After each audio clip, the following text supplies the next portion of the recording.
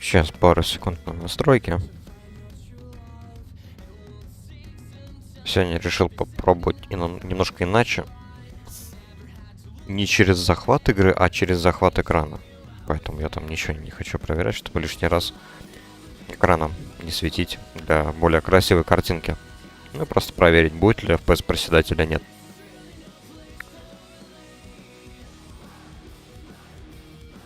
Так, разве что проверить, как по звуку. Сейчас, секунду. Нормально. Нормально, по звуку нормально.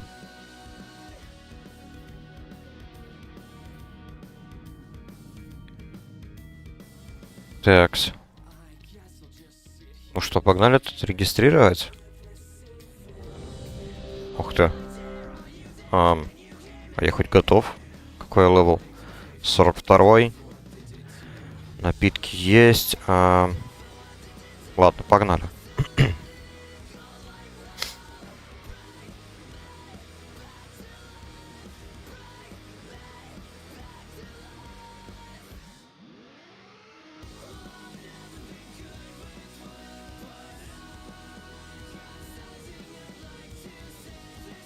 Надо будет как-то отдельно еще вне стрима настроить макросы. Я на выходных прокачал баланс друида. Я вот там с ним неплохие такие макросы сделал. Оказывается, то, что можно вполне такие удобно устроить, настроить, которые автоматически, по сути, меняют форму в зависимости от места передвижения. Ну, потом я еще сам вставил те макросы, которые просто связаны с тем, то, что есть некоторые способности, у которых нет глобал кулдауна. Вот и все. Это вот, допустим, вот скоро у меня появится. Сейчас я вроде бы нет, да. Дубовой кожи. И вот дубовая кожа, она без ГКД. И вот я буду ставить, наверное, дубовую кожу плюс вот это вот Nature's Grasp. Как одну способность. По сути, сразу два дефа. Очень удобно. Ну и шипшифтинг тоже поставлю точно. Потому что мне особо-то и не надо. Отдельно много кнопок. Одна будет вот на путешествие.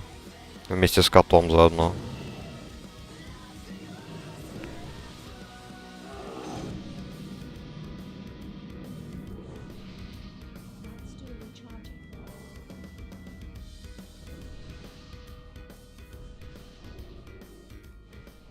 Так.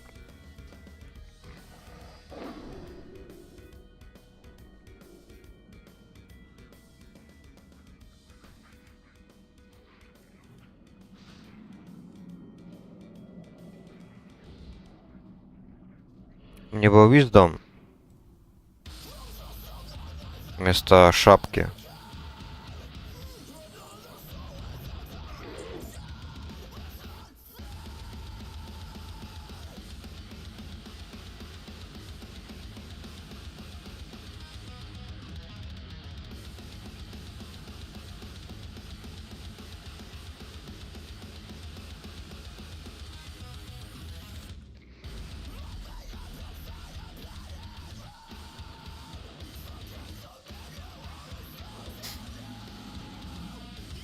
Так, а что у меня по зельям тут, кстати? Мгм.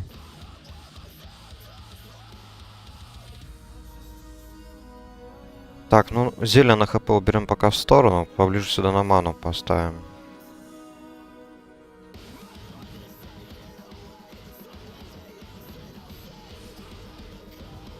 А чувак не слышит, наверное, да? Я так понимаю.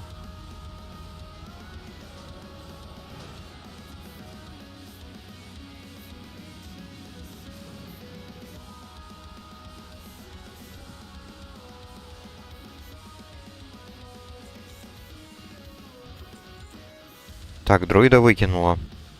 Ну и чё? Мы далеко не ушли-то.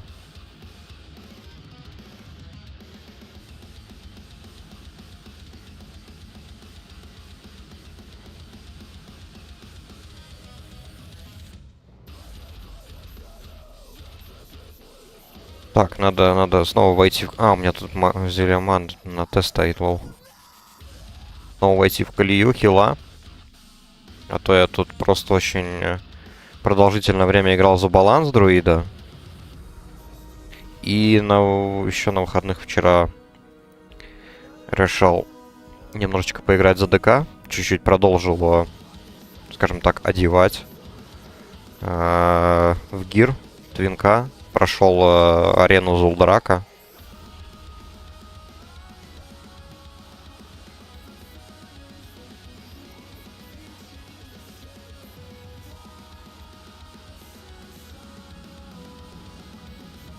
Блин, а можно не умирать? Я не хочу остальных хилить. Мне впадло.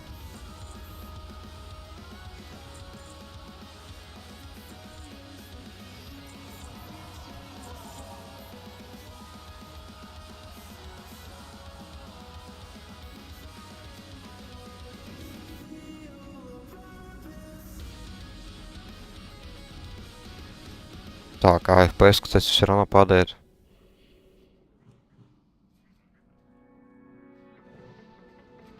Мне показалось, что сейчас он чуть-чуть так просел. Блин.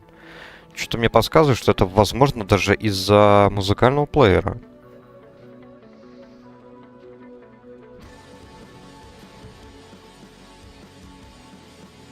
Есть такая теория. Эти Windows Media Player, они, ну, подозрительные в этом плане. Надо будет, короче, скачать, наверное, другую медиаплеер.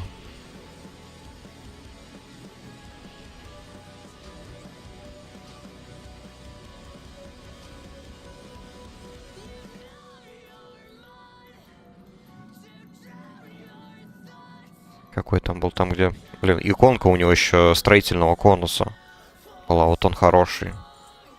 Винап, или как он там называется. Такой вполне себе. Я им как-то долгое время пользовался.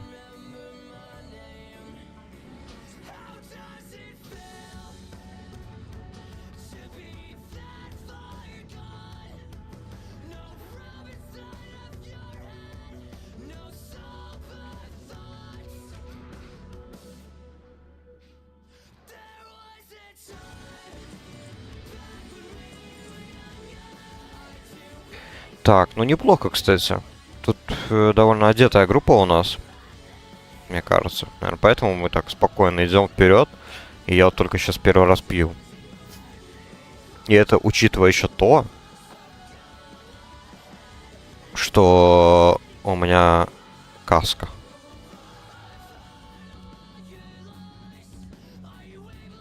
А не крест.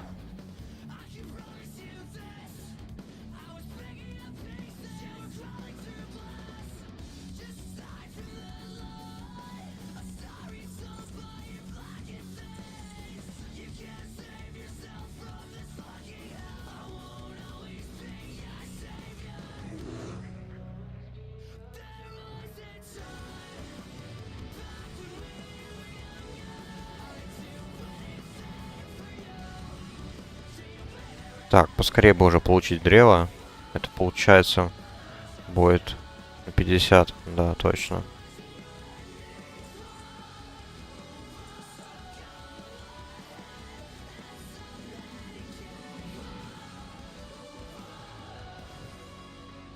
На ДК, кстати, вполне успешно сходил на арену Зулдрака, потому что у меня были волнения насчет того, что так как здесь очень много ганкеров, они прям, ну, вообще не дают прям прокачиваться нормально. Во всех локациях именно high-level игроки. Этого я немножко побаивался. И поэтому подумал, что там будет адское месиво на этой арене. Но в итоге нет. Такого не произошло.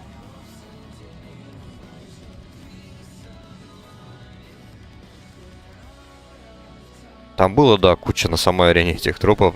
Но почему-то я заметил странную вещь. Бои происходили только между 80-ми. Там была вот большая группа. Через какое-то время появилась из 3 человек или 4 ордынцев. И они почему-то нападали только на альянс 80-го левела. Хотя, с другой стороны, тоже странно, там был один момент, то, что у нас был в нашей группе чисто Restore Druid, который помогал 80-го левела, Restore Druid, помогал с ареной.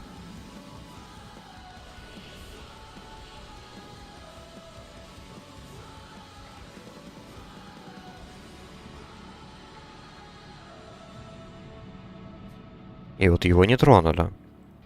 А так в целом, да, у нас там группа была из 70 плюс игроков, условно говоря, да.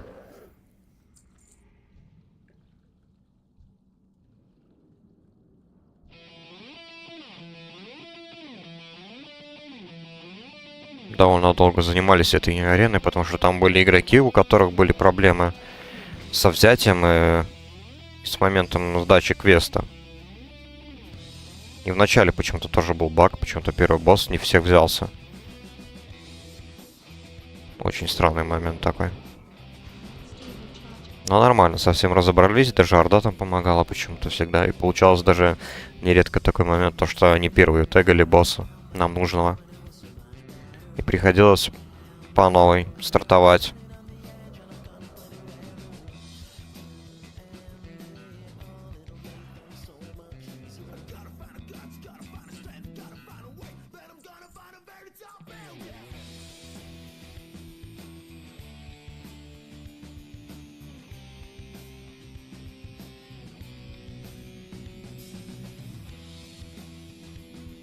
И в итоге, да, прошли эту арену. Я себе выбил по квесту молот одноручный, как одно из моих мейнхендов. Кстати, на мейнхенд поставил. И потом сходил в данж. Вудгард Пинакл по-английски, а вот как вот по-русски я не знаю. Потому что два данжа с похожим названием. И там я выбил тоже одноручный меч, к счастью, с первого раза. Хоть и пришлось ролить с еще одним игроком, который играл за танка. С наследственными предметами. И говорит, ну этот меч лучше, чем наследуемое оружие. Еще бы. Но, к счастью, я выиграл ролл. Мне повезло.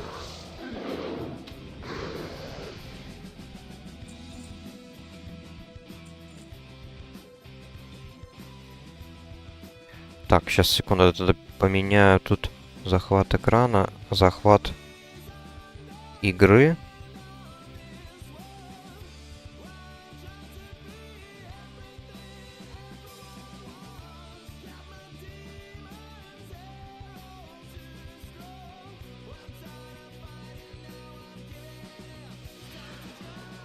Вот так вот.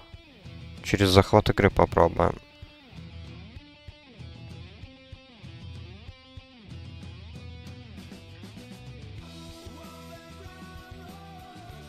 И надо записать.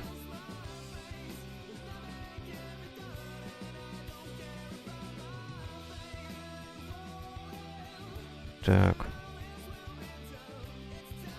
Надо записать насчет.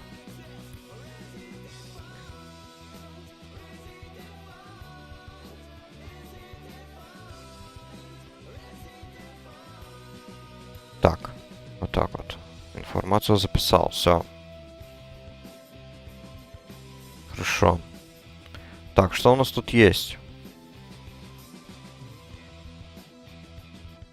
Так, ну хорошо. Лечики неплохие, кстати. Хитрейзинг мне не нужен. Это все-таки не для Restore Druid стат. Так, ну вот. Что это за бред? Видно то, что FPS что-то какое-то, не знаю, проседает. Блин, странно. Может быть и правда из-за плеера музыкального, я не знаю. Такое не должно быть. Так, сейчас, секунду, посмотрим. Захват экрана или захват окна еще можно попробовать, конечно.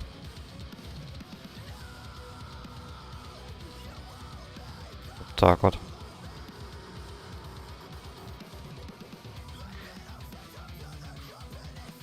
Так, надо мусор продать, тогда можно дальше регать, я думаю.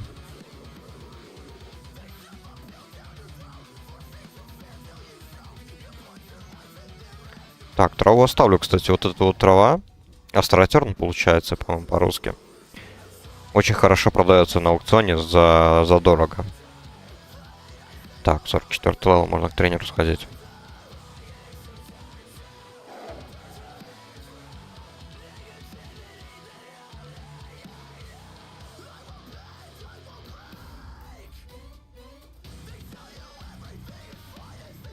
Сейчас тогда к тренеру сходим и можно идти в данж. Я думаю, наверное, опять сейчас выпадет этот Марадон. Фиолетовая комната, хотя 44 левел, что еще может вылететь? Зульфарак, кстати, тоже. Но лучше Марадон фиолетовый, потому что он быстро проносится там за пару минут, как вот только что. Сколько там, минут 10? И все.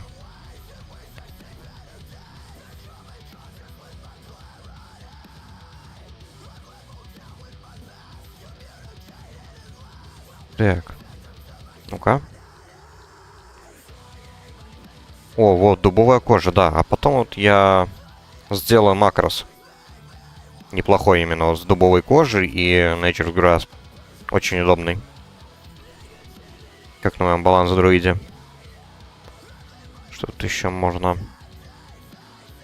Так, ну ладно, баланс и ферал я не буду тратить деньги. Форму медведя пока в сторону уберу. Тут единственное, что мне не нравится, это дофигища. Место занимает. Правда, я молчу, конечно, о количестве способностей у Ханта. Там прям вообще все заполняет, учитывая там все эти аспекты, отслеживания и так далее. Там вроде бы нужно использовать специальные аддоны, чтобы все было удобнее. Так, это я могу в банк положить. Ну ладно. Может, успею. В отличие, кстати, от... когда это был? В четверг, наверное, последний стрим по Вармейну. Тогда утро вообще какое-то было такое довольно тихое. Когда только стартанул стрим, один данж прокнул. И все, и потом был перерыв где-то в минут 20-30, я не смог найти группу. А тут вот сейчас просто инстант прок. Вот уже второй раз подряд сразу прокает.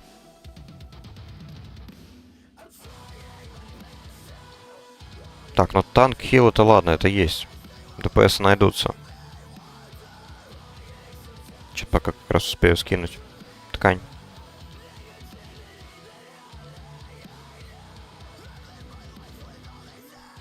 О! Это, кстати, тут Фуривар. Дио. Он немец. Вот с ним я вчера на выходных за своего ДК, за твинка своего ДК, за Фрост ДК, я был на арене Зулдрака, вот он был один из нас. В нашей группе он был с нами, этот чувак. Такой тормознутый немножечко, он часто тормозил, не понимал, что делать, как быстренько брать и сдавать квесты следующий там. И вот из-за него приходилось часто переначинать. Очень долго задерживались на арене из-за него. Но нормально, разобрались.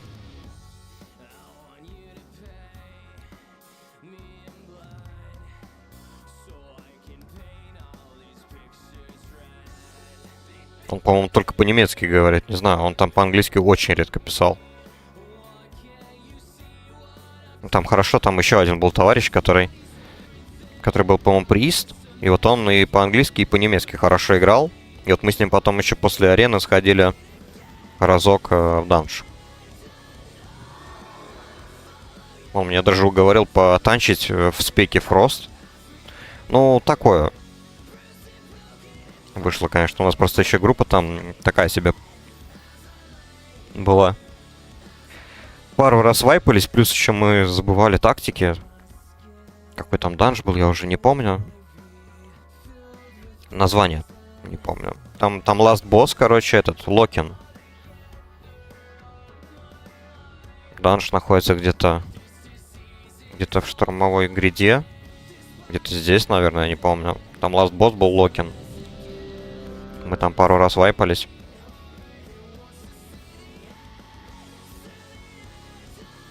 Но, к счастью, не по моей вине. Так, ну давай, принимай. Погнали. Сегодня... Ну, хочу как минимум 55-й, наверное, апнуть, не знаю. Было бы идеально. Если это вообще был бы быстрый такой спам, без конца, то я бы был бы рад дойти до Burning Crusade контента. Чтобы перейти туда. В запределье. И там начать спамить данжи. Было бы неплохо. О. В этот раз он хотя бы понял. Это тот же танк, вот, который был.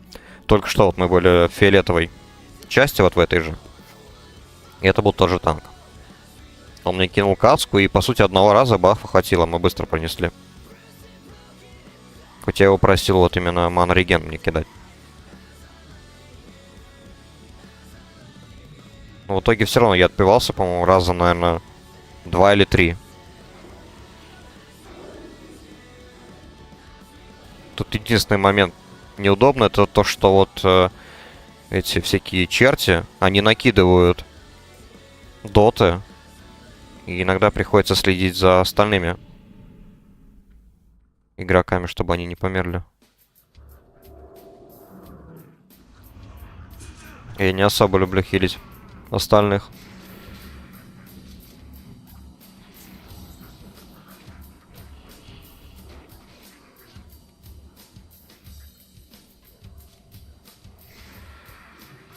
Да ладно, no проблем. Да блин!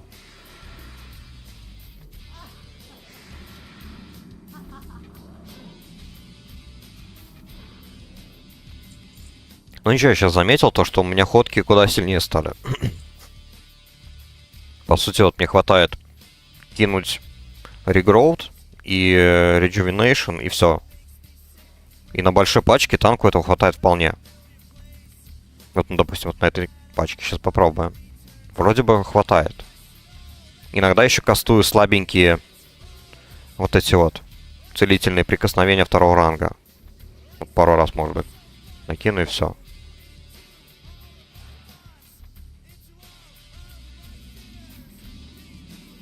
Так, ладно, надо себе тоже кинуть разок.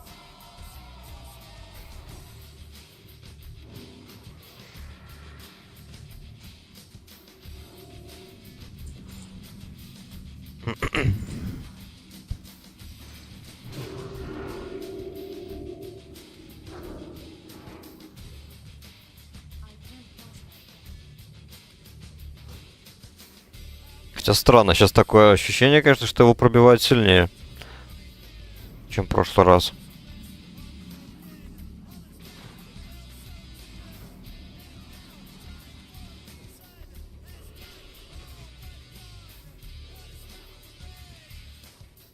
Да, и я, по-моему, не просил. Надо предупредить его.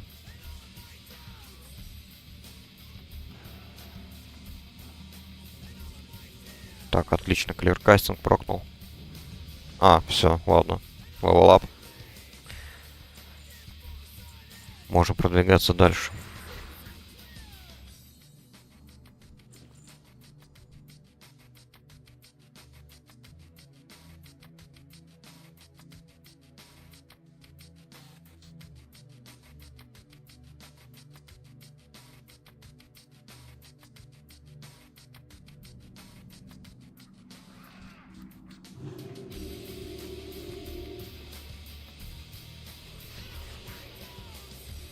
Минус этого данжа, кстати, для меня в том, что здесь лут не особо-то полезный для меня. Насколько я помню. Что здесь с этого сатира падает? По-моему, кинжал, штаны, кольчужные. И, по-моему... Не помню, что еще. По-моему, 3 шмотки какие-то падало.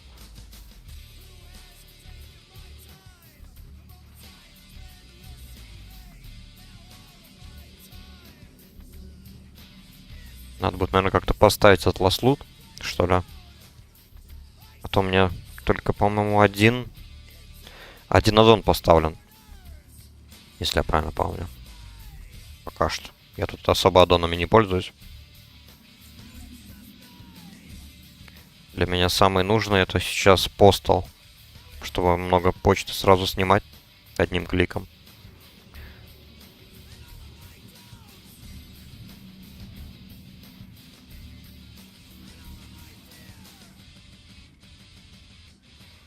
Так, ну вот нормально. По сути, вот 2 ходки его держат. Сейчас вот как-то нормально держится он.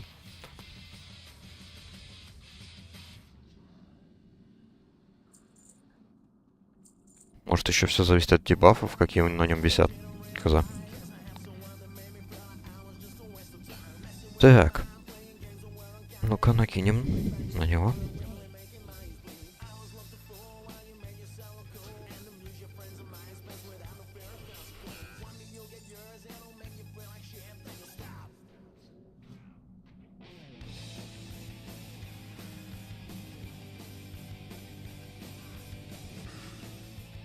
Так, 3 таланта. Надо вспомнить, что я хотел прокачивать-то.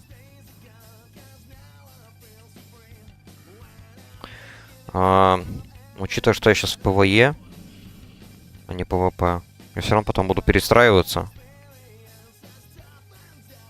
Наверное, дух надо апнуть, получается.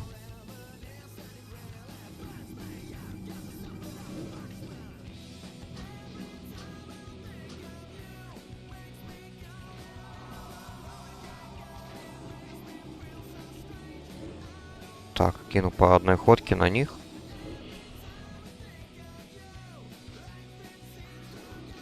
Что это, по сути, это больше талант для ПВП, я так понимаю. Ну, разве что повышает крит. Да, это хорошо.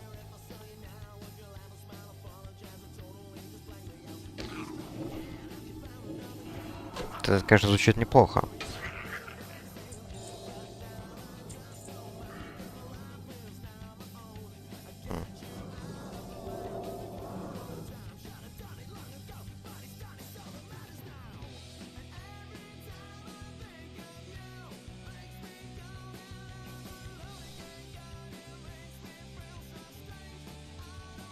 Если не ошибаюсь, потом зато от древа... Так. От древа жизни там, по-моему, чем больше у тебя духа, тем лучше хил. Вот. Your healing spell power by 5% of your spirit. Еще 3 очка можно вставить. Именно от духа. То есть пока вот так вот, это будет, наверное, выгоднее мне вот так вот сделать.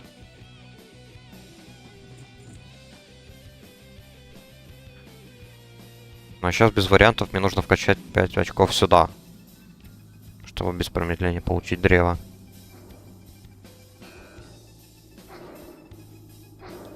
Так, вар немного просел. Давайте его.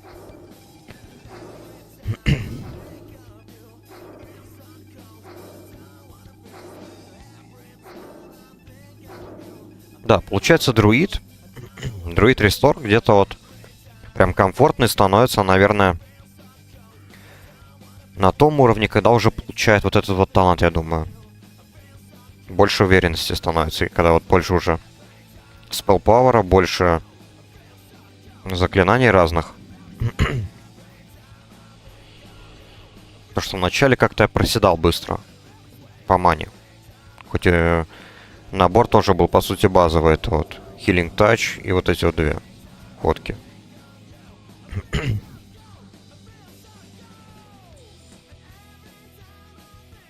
А вот паладин все-таки комфортным уже становится, по сути, ну, где-то 20 плюс. Потому что тогда появляется флешка. Базовое заклинание.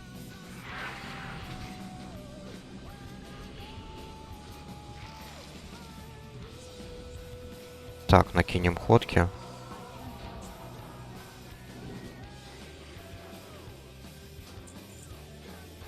Ну вот, по сути, вот прошел весь его баф. Последняя минута идет, и мы уже у ласт босса. Вполне неплохо.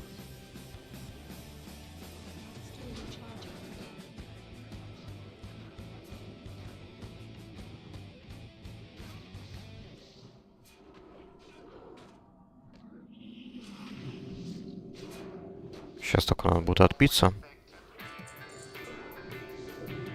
Что никто осталось? Давайте, давайте. Так.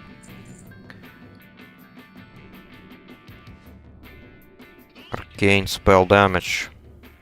Вот такое. Хотя мне вот наручи нужны. Наручи с 12 левела. Да, шмот у меня, конечно, такой себе. Плащ тоже надо заменять. Что-то еще. Колечко бы тоже какое-нибудь выбить. Ну, можно вот как раз-таки с мешка. За прохождение рандом данжа.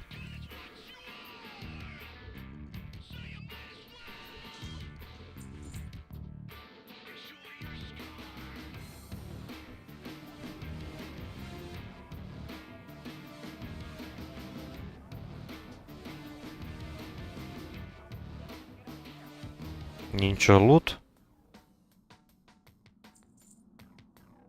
А зачем? А зачем его кикать-то? А чё, он всегда, что ли, нинджа лутит, что ли? А, щит тоже, да, занидал. Лол. Я и не замечал то, что он там все эти шмотки не дает.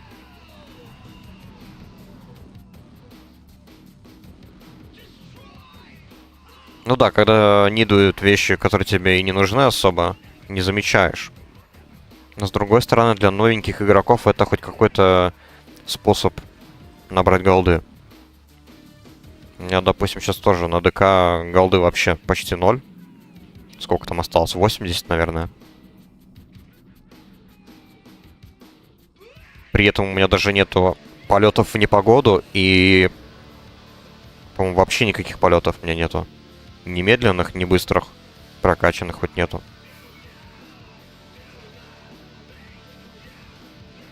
Это надо как-то достать голду. Буду, наверное, фармить траву с помощью друида. Это куда проще.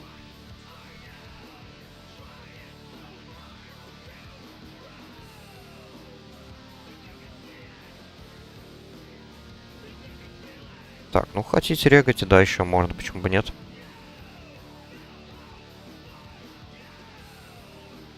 В смысле, jumping or falling? Вы что, издеваетесь?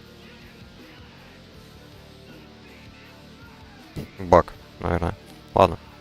Как раз пока 45-й, надо купить новые воды. 15-й левел можно уже продать, я думаю.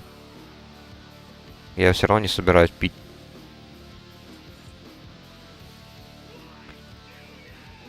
Прикупим вот это вот.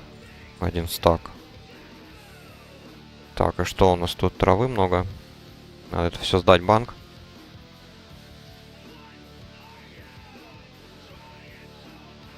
Да. Не удивлен. Вообще не удивлен, то что опять выпала та же шмотка. Такое уже не первый раз происходит. Так. Блин, мало уже места становится.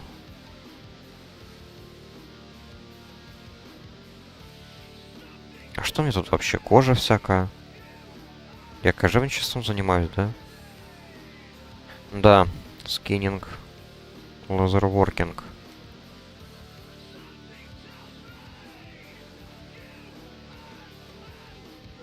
Надо будет на какого-то персонажа сделать мне это кузнечное дело.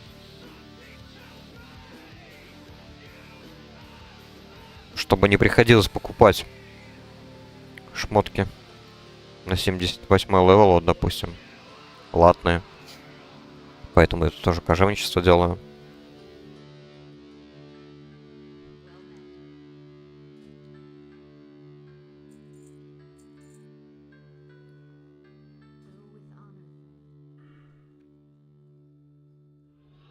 Так, этот оффхенд тоже, наверное, нафиг не нужен.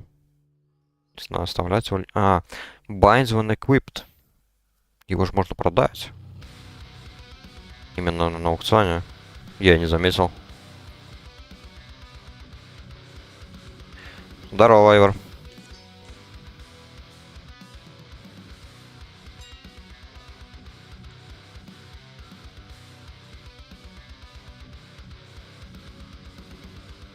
Ух ты, нихера себе. Блин, а может попробовать продать эту шмотку тоже? Чуть-чуть дешевле сделать, да и все.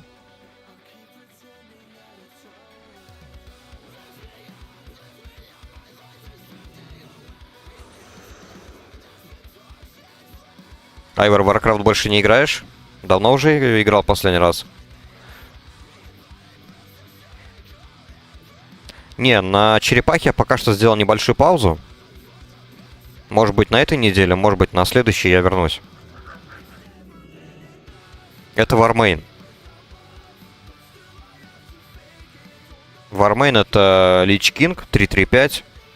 Ну, тут самый популярный есть такой мир один. Их тут несколько на самом деле. Где-то после обеда, вот ближе к вечеру, сервер заполняется, и максимальный онлайн тут 12 тысяч. Поэтому вполне прикольно. Тут, правда, разве что дофигища игроков одетых, но я не планирую на 80-м останавливаться. Я буду на 79-м играть на твинках.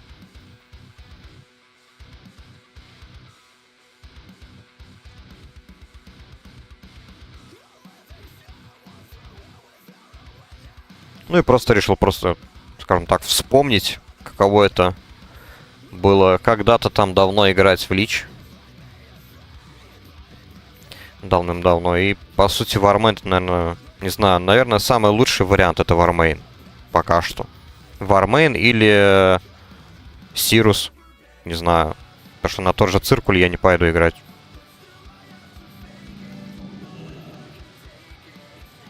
А здесь очень даже неплохо.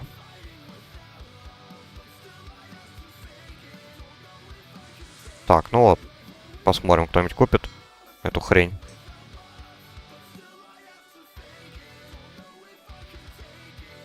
Пять минут ищем ДПС. Тут и прокачка, кстати, довольно быстрая. Это мир X7. И тут вот еще можно вот на XP бар нажимать и выбирать себе удобный рейд. Начиная даже от половинного. Поэтому вполне прикольно.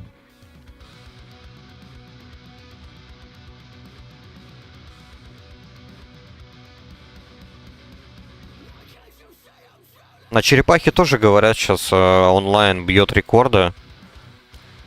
Очереди гигантские, там по несколько тысяч. То есть это уже напоминает старт повторной классики на официалке.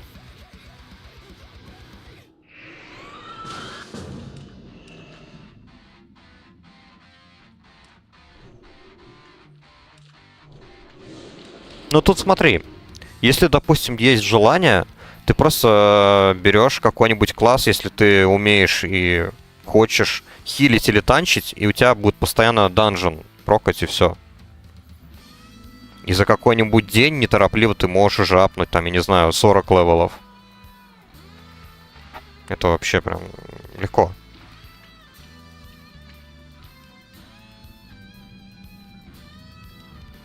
Тут часто встречаешь игроков, которые очень плохо одеты. Еще, допустим, к какому-нибудь 40-му, 50-му левелу. Так, шамана бафнем.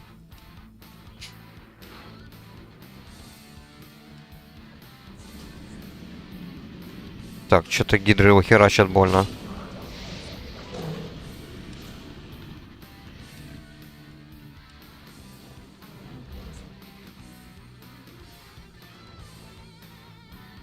Так что да, ну это такое. Если есть желание, конечно, да. Насчет желания я тоже понимаю. Я поэтому и пока решил сделать паузу с черепахой. Немножко поднадоело. Но непременно вернусь. У меня же там еще охотник на хардкоре. Пока еще не сдох.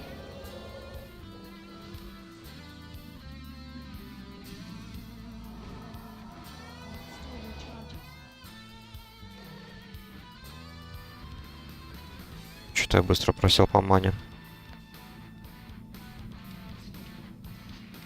Да-да-да. Одна смерть. И... О, можно снимать шкурку. Ну-ка, снимем. Значит, одна жизнь дается. Потом, естественно, комьюнити делится на части. То есть хардкорщики могут собираться в группы только с хардкорщиками. Например, да, и данжи, естественно, проходят только вместе. Там квесты. Торговля тоже разрешена лишь между хардкорщиками. И только через функцию обмен, да? Через трейд. И то ограничение в 5 левелов. То есть не больше, не меньше 5 левелов. Чтобы не было бы никакого дисбаланса. Аукционы запрещены вообще. Почта тоже, если не ошибаюсь.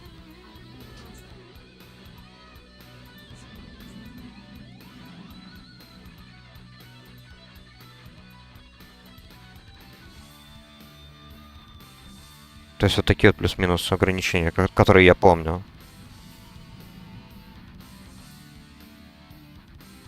Но они особо не замечаются, на самом деле.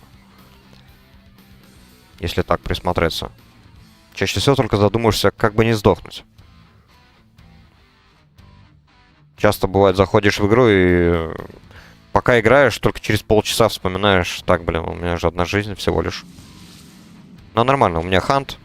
Притвориться мертвым есть, поэтому все схвачено.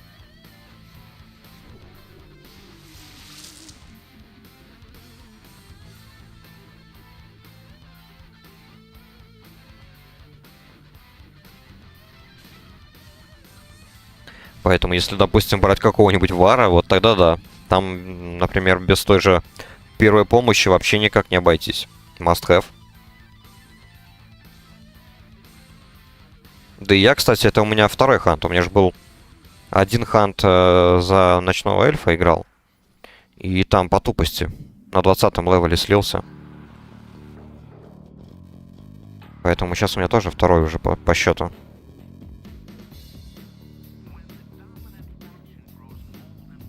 Так, давайте кинем на нее ходку.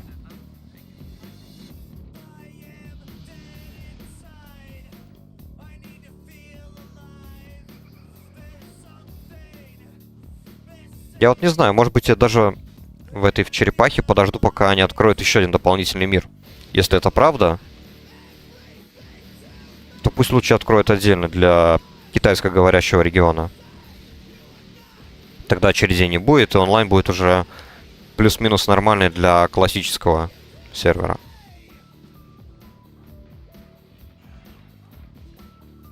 Там еще новые локации открыли. Вроде как уже.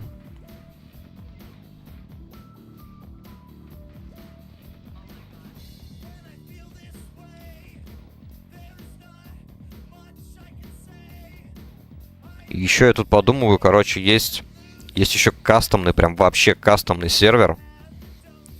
Ascension WoW. И там есть один мир, где ты можешь просто создать персонажа, но нету классов абсолютно. Там есть рандомные. То есть ты каждый левел получаешь рандомные обилки от любого класса. Я уже там как-то давно играл. И вот они еще дополнительно создают другой сервер. Там вообще кастомные классы созданы с нуля. Поэтому я подумал, может быть, купить туда доступ. Он стоит примерно как официальная версия Warcraft, там $50 или сколько. Просто там беда то, что мало онлайн пока что.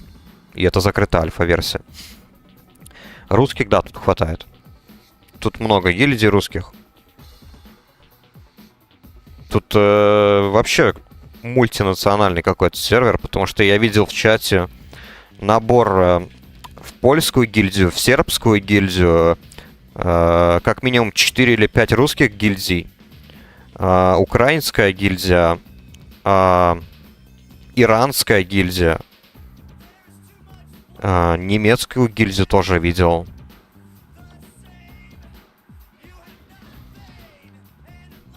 Ну, естественно, про англоговорящие я уже молчу, которые тут направо и налево. Так что да.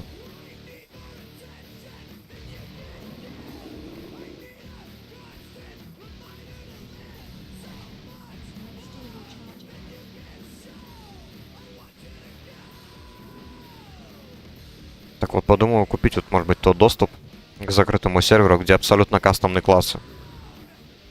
Там типа запилили 21 кастомный класс.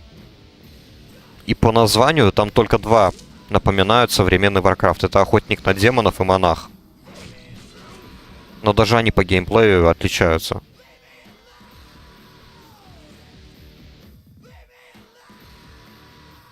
Вот и думаю, может быть, туда тоже влететь как-нибудь. Через какое-то время.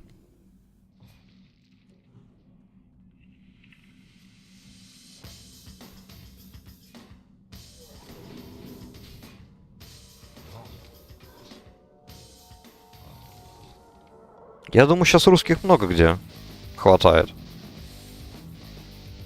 Учитывая, что у них закрыт доступ к официальным серверам. Ну, если не говорить о посредниках.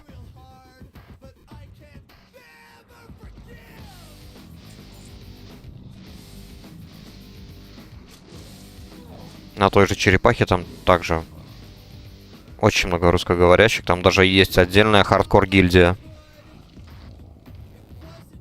Гидродоминатус, по-моему, называется.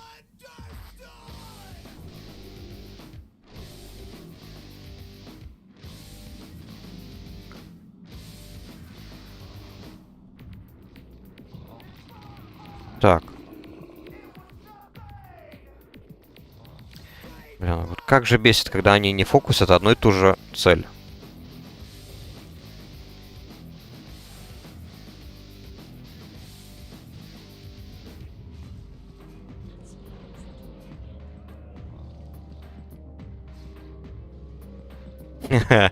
Baldur's Gate. Да ко мне тут уже заходили люди, как-то спрашивали.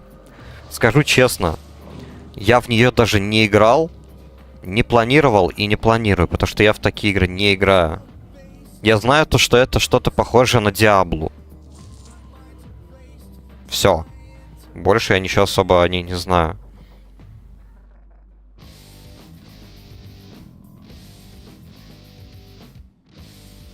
Напоминает какую-нибудь Диаблу, какая там последняя, 4-я? Immortal, не знаю. Я даже в Диабло эти вот играл, наверное, один раз. В Diablo 1 или в Diablo 2, которая была на Sony PlayStation на первой части, и все. Это мы, кстати, с Макаром играли. На двоих. Давно в детстве еще. Ну как в детстве, мы тогда уже подростками были. У него эта игра была, у меня, по-моему, или у него даже приставка уже тогда была еще. В гости ко мне пришел, и мы играли в Diablo. Не знаю, рассказывал он или нет. Ну такое, мне не особо нравится, где изометрия, то есть вид сверху.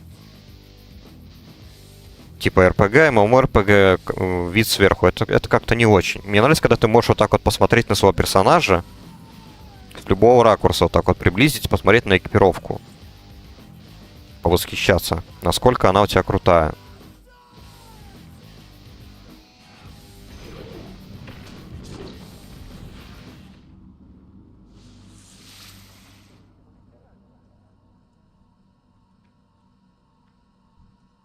Так, ну-ка давайте ребафнемся.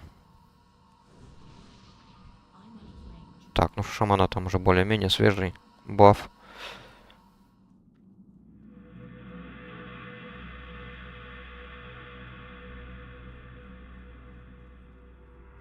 Ну и как в целом игра вообще?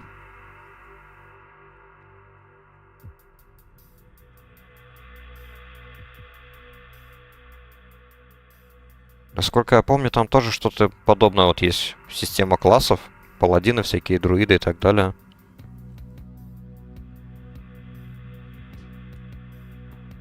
А это как? Это РПГ?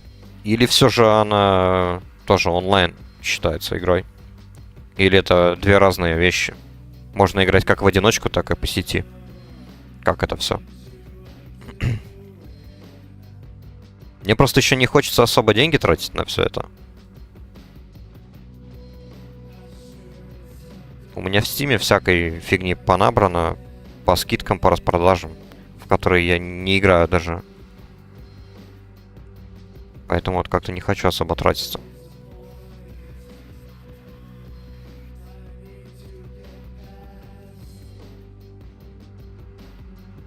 Так, точно, тут надо талант.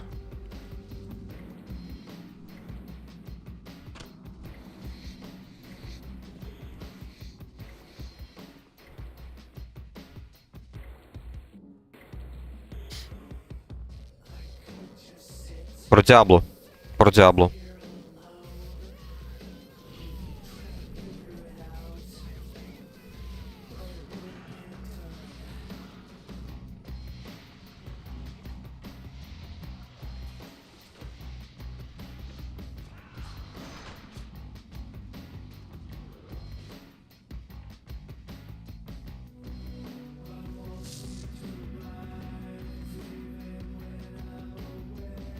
Типа как оно считается? Это просто РПГ?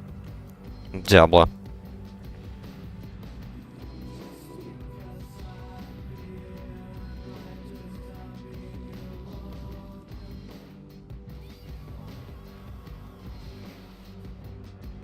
Ух ты, ё-моё.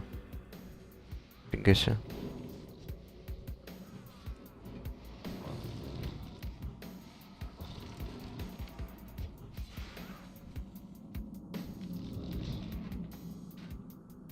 Понял, понял.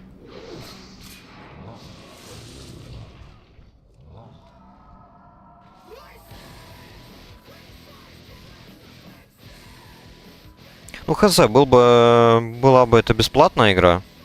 И типа с каким-нибудь там магазином, где можно покупать всякие ну, эти, блин, вещи, которые не меняют геймплей. Тогда было прикольно, почему бы нет. А так, Близзы всегда просто хотят постричь немного денег со всего этого. Устанавливают такой донат, что пипец. Поэтому ладно. Я вот еще жду, что там эти Riot Games разработают. Интересно даже. Они же тоже анонсировали MMORPG по мотивам Лиги Легенд.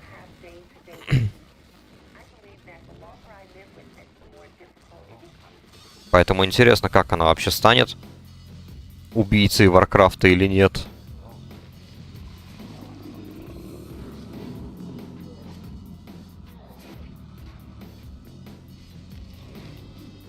Я не знаю, смотрел ли ты ролик, но там прям очень интересно показали сам игровой мир, то есть карту, как это все происходит, где находятся все вот эти вот ключевые королевства и так далее. Поэтому, ну, лор они подготовили интересный.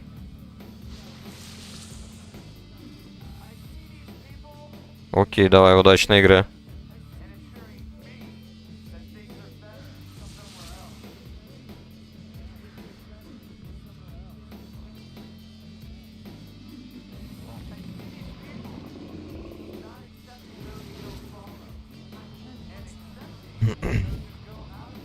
Да, спасибо.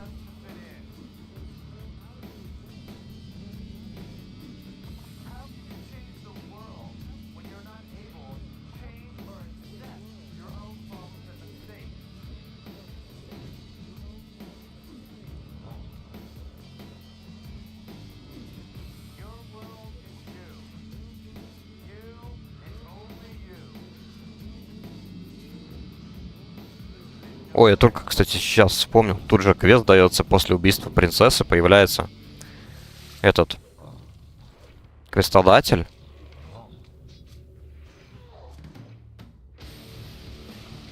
И надо будет сдать какую-то семечку или что-то типа того в лунной поляне.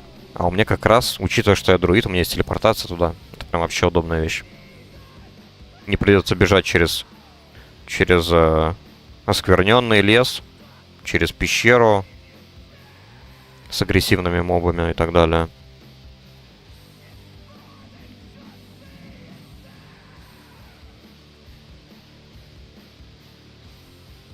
Так, ну учитывая, что у нас тут все милики, я так понимаю, да? Сейчас они по лицу получат. Фак. Вот этот вообще вар мне не нравится. Какой-то он тугой.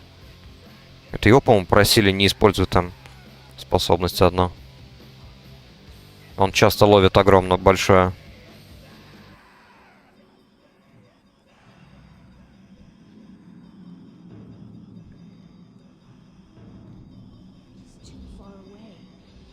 Так, тот вар у меня лосается. Поэтому, ну, и умрет и умрет. Хер с ним. Тут мне еще шаман, правда, помогает хилить. Молодец.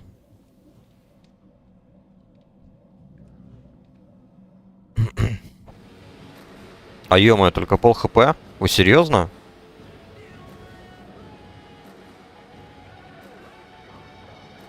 Так.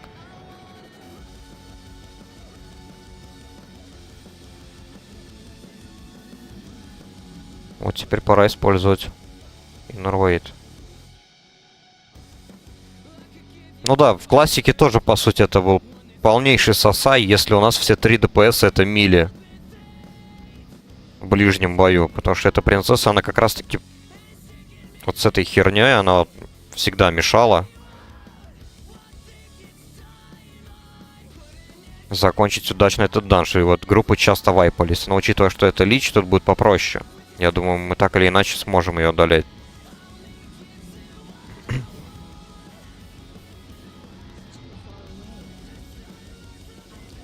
Так.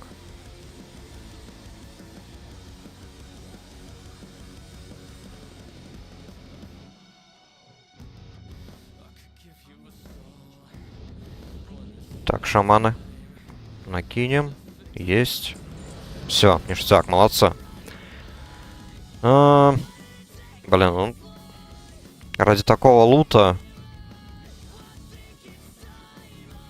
Было бы желание, я бы сейчас плюнул бы в экран, конечно. Ладно. Зато квест можно сдать, сейчас его быстро тоже сделаю.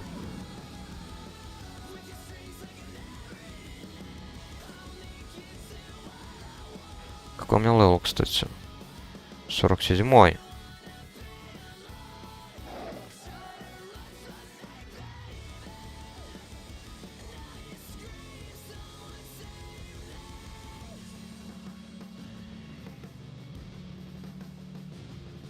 Так, капнем обилочки.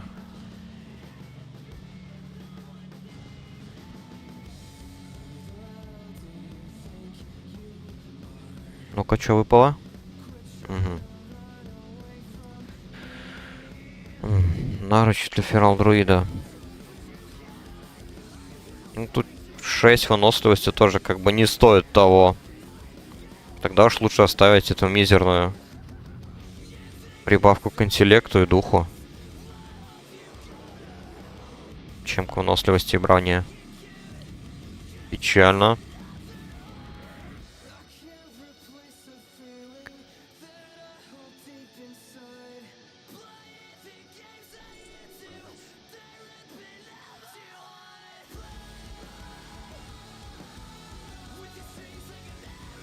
Так, сейчас, секунду, проверю. Может, я могу в Discord зайти?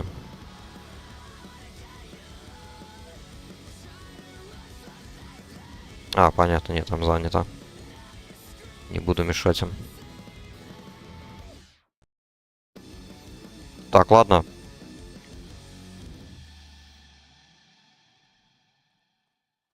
Сорок седьмой, кстати. Довольно быстро.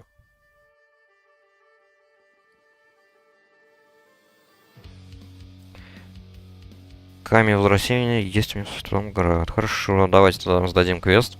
Потом продам весь этот мусор, скидаю в банк то, что могу. Может быть, даже надо будет в аукцион сходить. Распродать те цветы. Так, это не сюда, мне. Потом.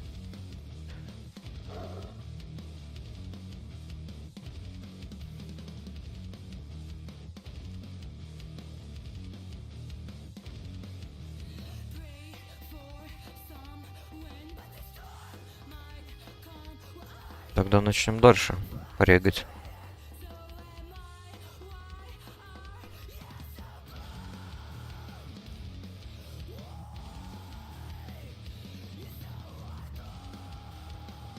Надо откуда-то достать еще голды. Маунт быстрый стоит 45. 45 голды и еще плюс... Точнее, обучение. Еще сам маунт тоже. Надо чем-то такое продать. Не знаю, может быть, кожу даже посмотреть. Продать пока что. Так, хорошо.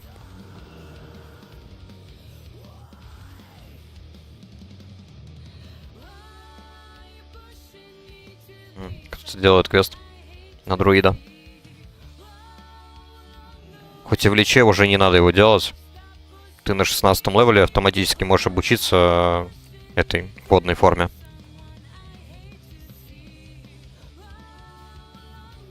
А квест типа остался, просто так для галочки можно сделать.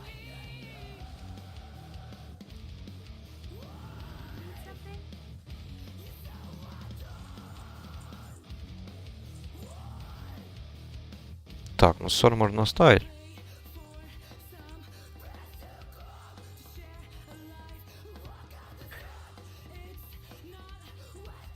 Так.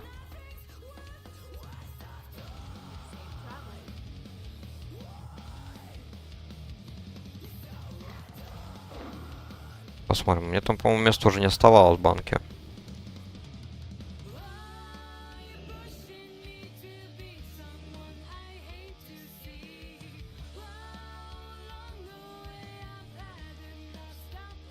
Хоть банкиры живы пока что.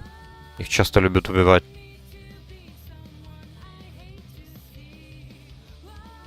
Ладно, давайте пока растения, наверное, продадим. Их тут у меня все равно мало. Кожу закинем обратно. Так.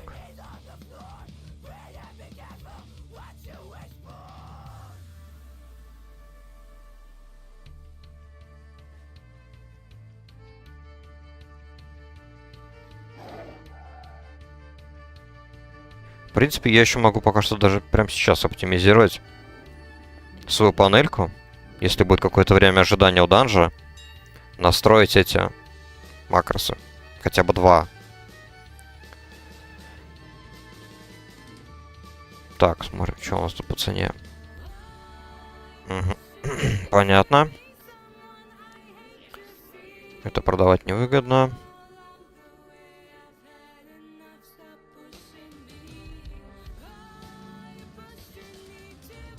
Кстати, я тот самый человек, который не пользуется даже аддонами для аукциона. Я не знаю, они там, наверное, удобнее. Я просто никогда не прост был вообще. Прям не разбирался в них. Поэтому я обычно вручную проверяю цену и потом ставлю сам.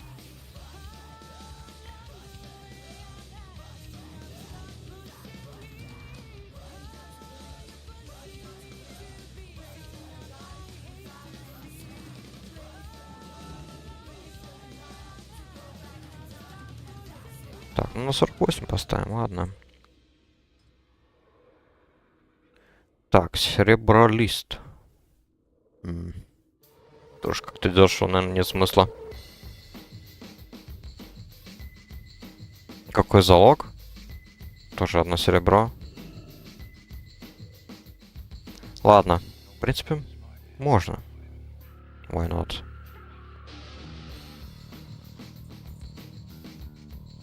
Что там еще было? По-моему, вот этот вот астротер, он продавался раньше, по крайней мере. По 11. А, да. А, да. Уже за 3. Ладно.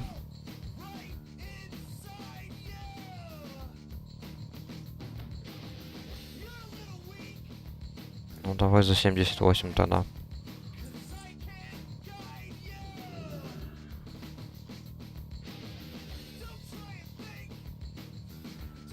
Так, и еще что у нас тут? Вот это растение.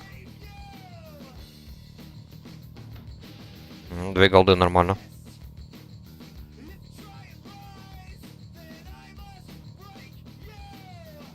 О, уже продали.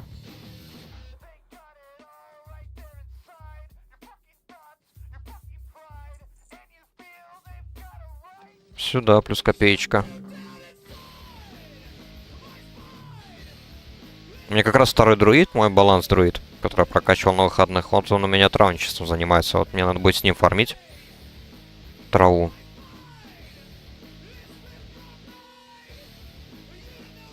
Я думаю, это будет хорошая прибыль с этого.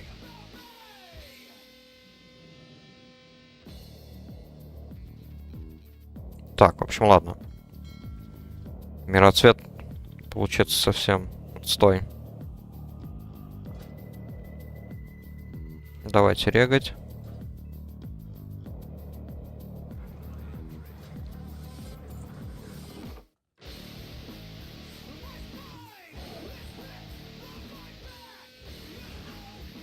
Так, что у нас?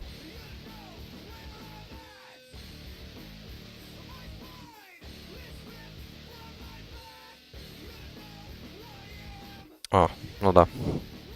У меня на этом же аккаунте просто у меня ДК. Я для него столько макросов понадел.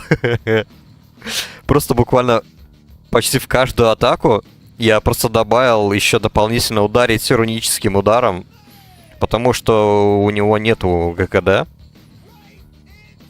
И он все равно будет использоваться только тогда, когда враг парировал, там, увернулся или так далее. Да.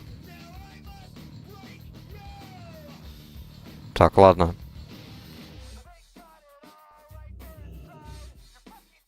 Отлично, пока есть еще очередь. Можно сделать что-нибудь.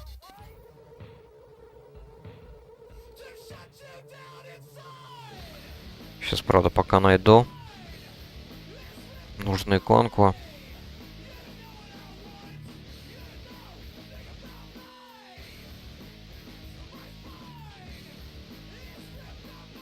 Тут где-то ближе к способностям шамана, по-моему, была. Мне вот надо вот это вот найти, потому что у шамана был, по-моему, похожий тотем. Точнее, с похожей иконкой.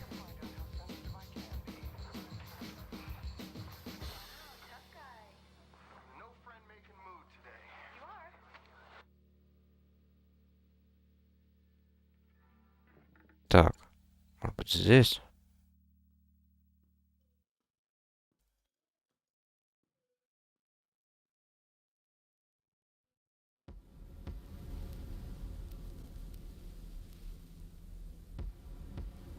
О, нашел. Отлично.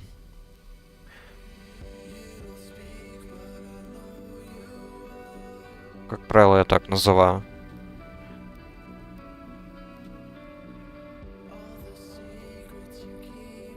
Так, ну шел тултип тут без разницы. КД у обоих способностей по минуте. Поэтому поставим баркскин.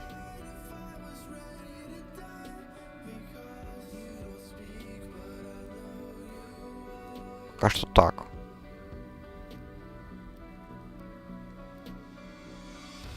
Вот на SF. Нормально. Пока мы сюда в сторонку поставим. Так. А вот на смену облика. Сейчас я быстренько загуглю.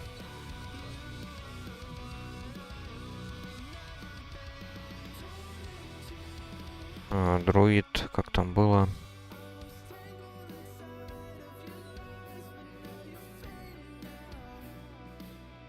Где-то тут был один очень хороший макрос, сейчас его найду.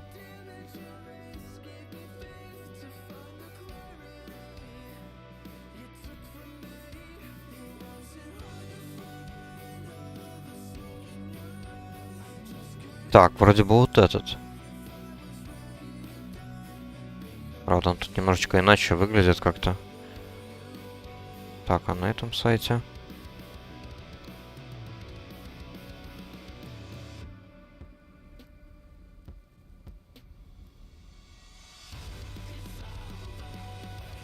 А, во, да. Это прям хороший макрос. Я как-то не знал то, что он есть.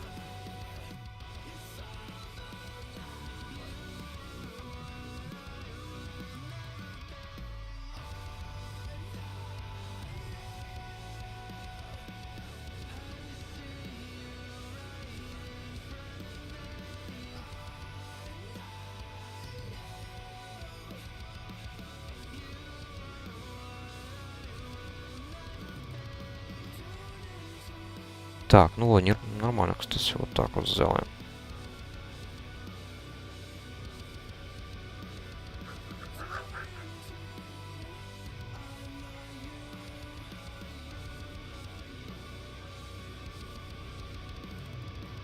Shape-shift.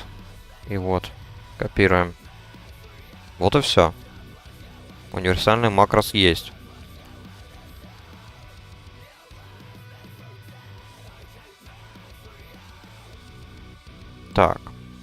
Flare я лучше скину на это. А вот Гибернейт пока что так. Что еще можно сделать? Ну-ка. ГКД. Окей. Получается Nature Swiftness.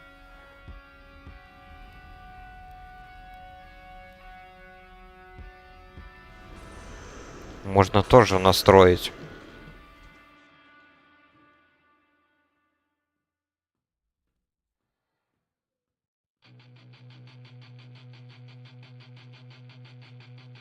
На отхил.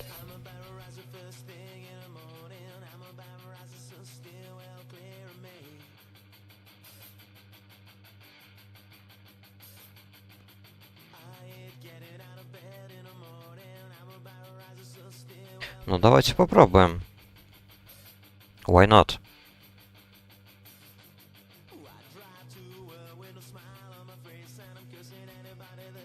Получается у нас что? Где это будет эмблемка? Получается, она будет тоже, наверное, где-то в разделе шамана.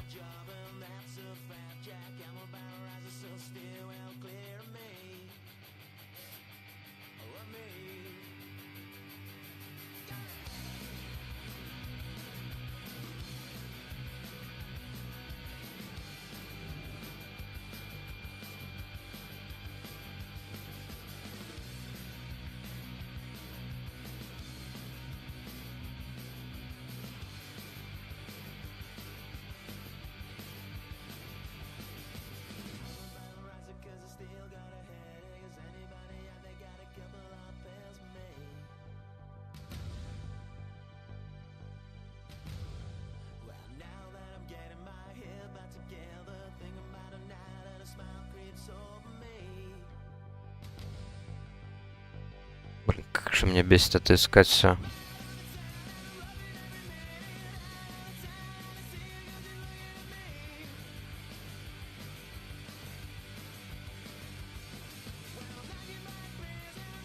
Так, ну где-то здесь должно, я думаю, быть.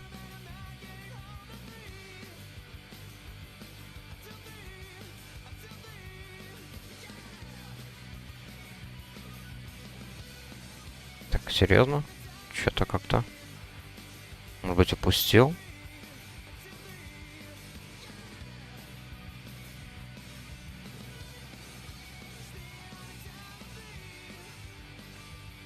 Да ну, серьезно, неужели я упустил?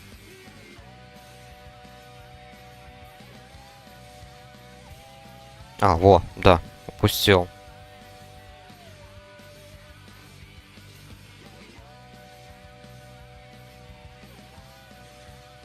Короче, забинжу я просто Nature Swiftness на Healing Touch, и все. Учитывая, что его потом не буду прокачивать. И использовать буду только с помощью бурста, и все. Раз в 3 минуты, ну и нормально.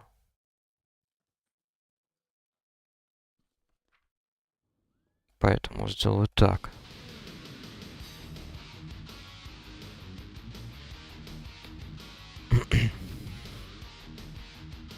О, еще растение продается.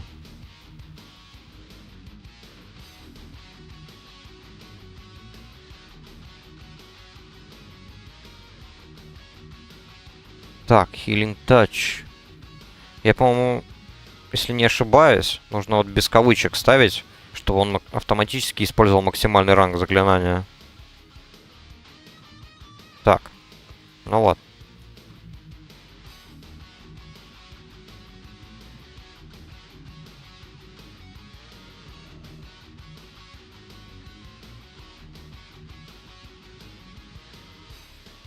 Третий, второй, а четвертый? Какой он ранг? 2,6 уже кастуется. Хм.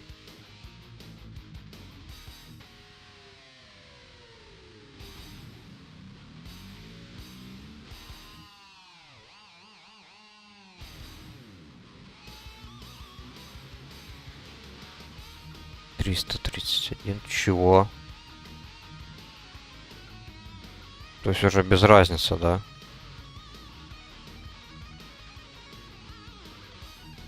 Фига себе. Тогда ладно. Тогда без разницы, действительно. Если за одну и ту же ману я могу исцелить разное количество хп. Так, хорошо. Смотрим дальше. Какие еще способности у нас? Ага.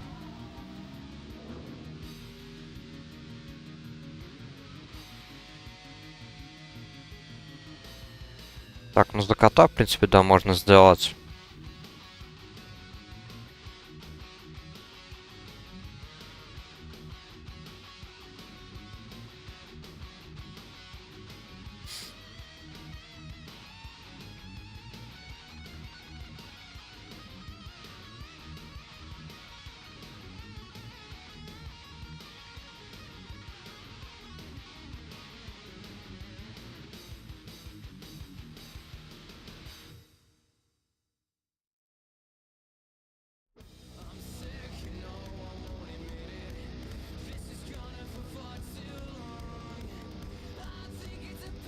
Два удобных макроса есть на кота.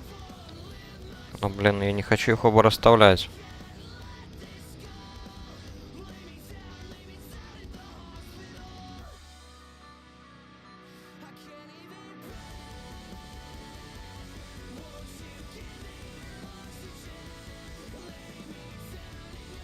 Ладно, давайте мы сделаем на стелс хотя бы.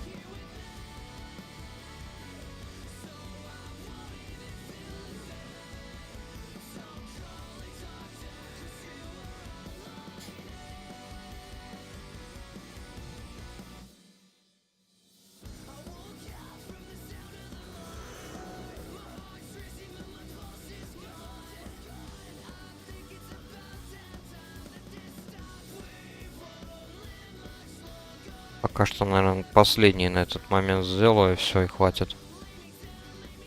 Потом буду думать.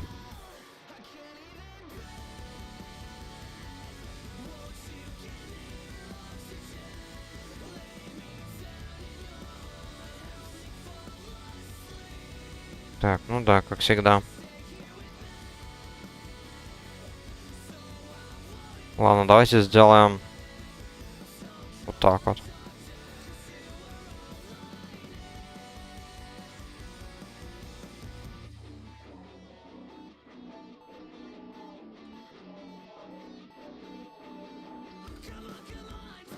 Нормально.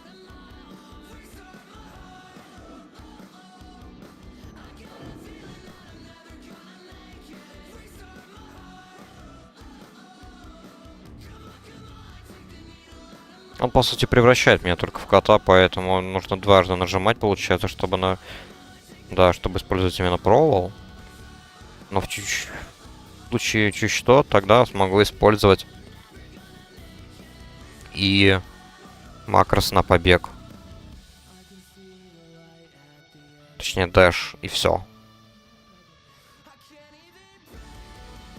Тогда, получается, могу сразу же вставить рейк и паунс.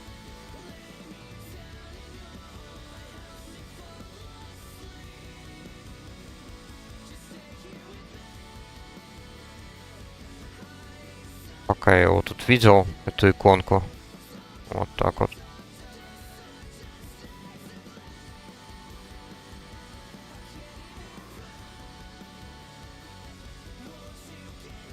И все. Блин, а что там? Танков все, больше нету. В принципе, тогда я могу отправиться за сбором ресурсов. Сейчас я только обучусь. Способности Поунс и Рейк. Получается, у меня их нету совсем, да? Да, ни одной, ни второй.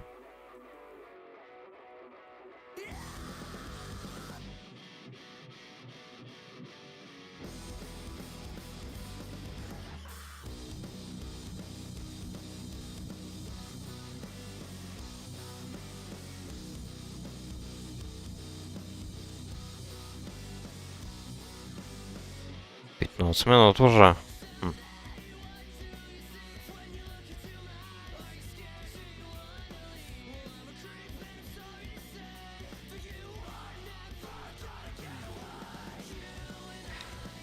Так.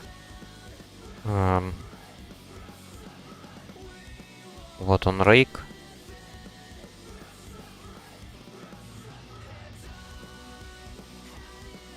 В принципе, и Бэш можно тоже выучить. И Паунс. Вот так вот. Пока по первому рангу, просто чтобы был. Чтобы можно было использовать способность.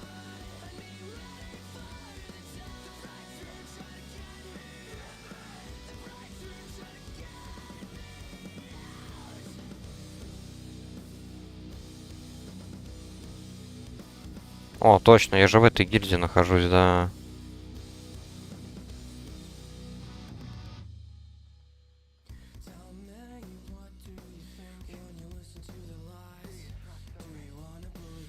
Маленькая скромная гильдия.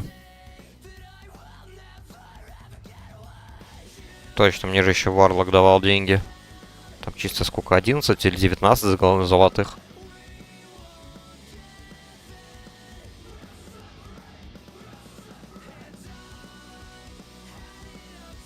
Посмотрим, что там в гильдбанке есть. Может быть, что-то полезное.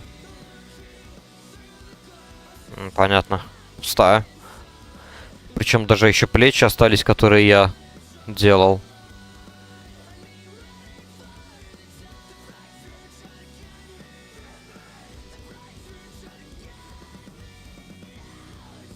А, да?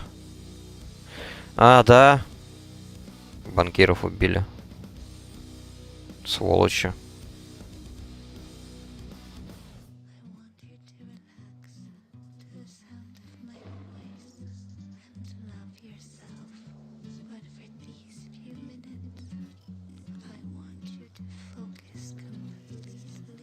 Так, ладно, тогда пока мы ищем очередь, ищем танка, получается, да?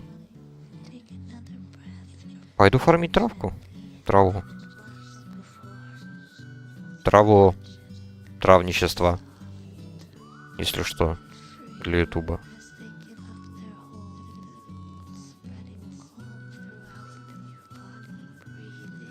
Так, Сентин Хилл, погнали.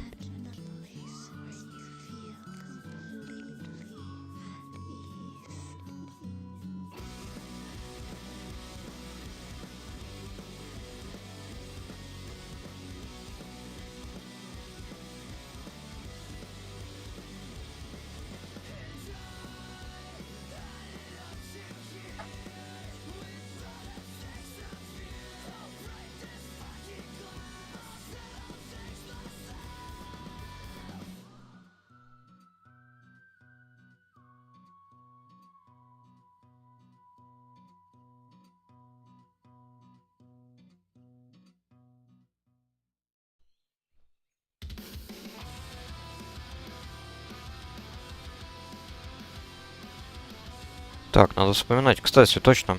Можно будет как-нибудь скачать аддон. Газерер, получается. Он будет мне запоминать все точки, откуда я собирал ресурсы. Сейчас я быстренько это запишу, эту мысль.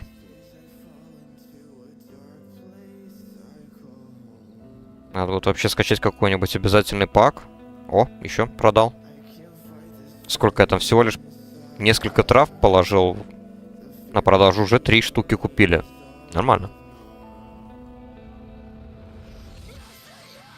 А, бля. Что-то я тут тупанул вообще максимально. Я же не травник. Это у меня другой друид травник. Этот у меня кожевничеством занимается точно.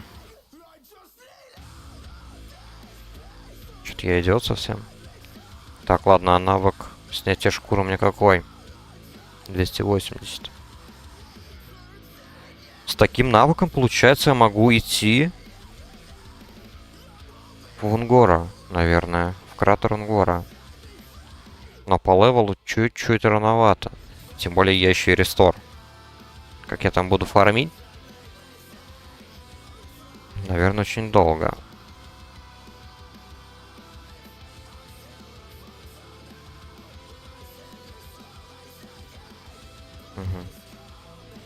Я так понимаю, ботоводы. Так, ладно, тогда. Давайте сначала... А, в банк-то я не могу взять кожу. для прокачки. А мне там нужна какая сейчас? Heavy Leather.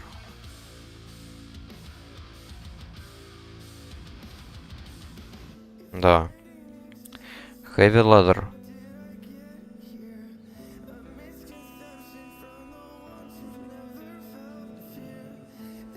Ну, давайте прокатимся до темнолесья. Посмотрим спот.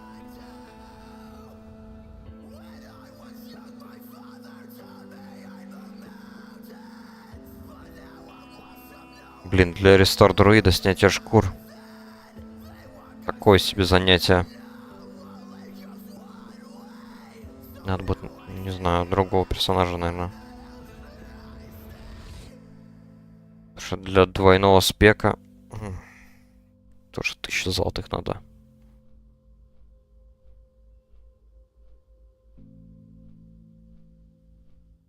Наверное, надо, короче, мне на паладине попробовать. Что там у паладина? Горное дело, получается, можно убрать. Или не, у него травничество, по-моему, было, да. Травничество... Не травничество, а снятие шкур. Снятие шкур и... Портняжное дело. Вот можно снятие шкур взять.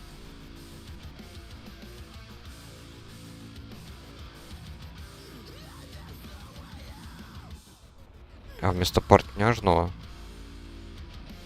Тоже травничество, просто так, по приколу.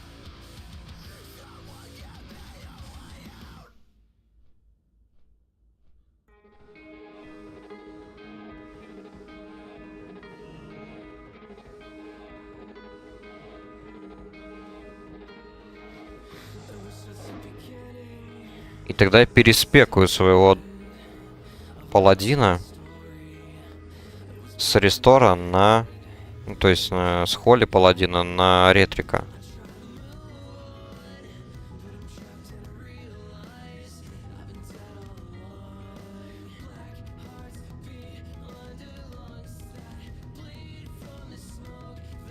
Надо будет, правда, его приодеть. Получается.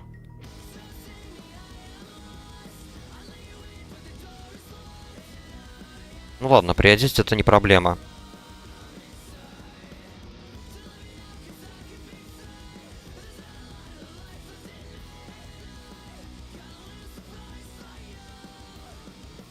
Блин, ну так долго ждать, конечно, в очереди я не особо хочу.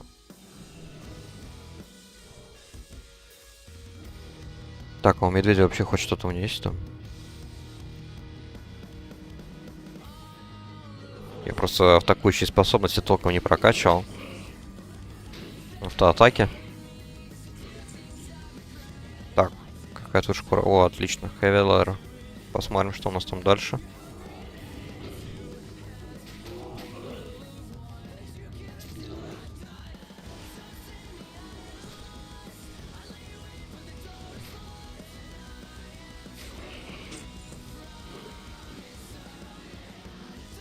Medium Leather. Ну, не... Ну... Да. Были у меня такие подозрения, что здесь будет падать два вида кожи. Ну, ладно. Тогда пока ждем. Будем фармить кожу.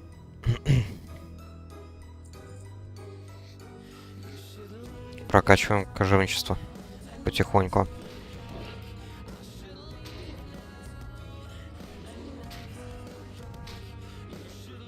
Ну, тут у меня, в принципе, профа еще вроде требует. Да, еще вроде требует. Некоторые шмотки требуют. Medium Leather, и тем более потом все-таки я смогу переделать их в толстую кожу, и все, и делов-то.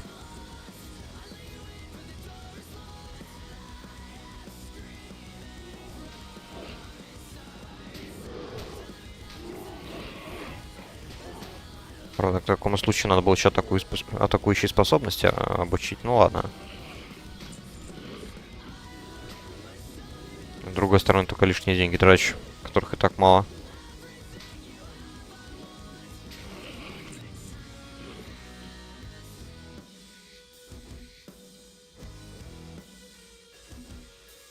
Хорошо, кстати, то, что здесь не придется сильно потеть над профами.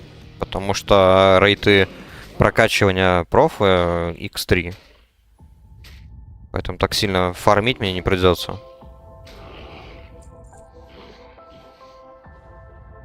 Плюс у меня там еще немножечко кожи. Вар. Ага. У меня там еще немножечко кожи в банке, но банкиров, как всегда, убили.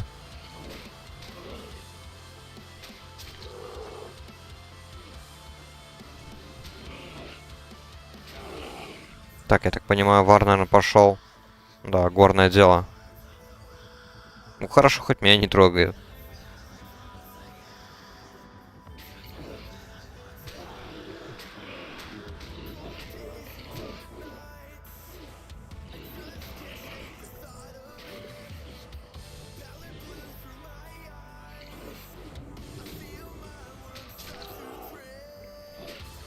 Так, ну, пройдет мимо просто. Да. Ну и хорошо. Тут просто совсем недавно, когда я делал цепочку, я вот не помню, ты за рестора играл тогда или все-таки за баланс это было на выходных.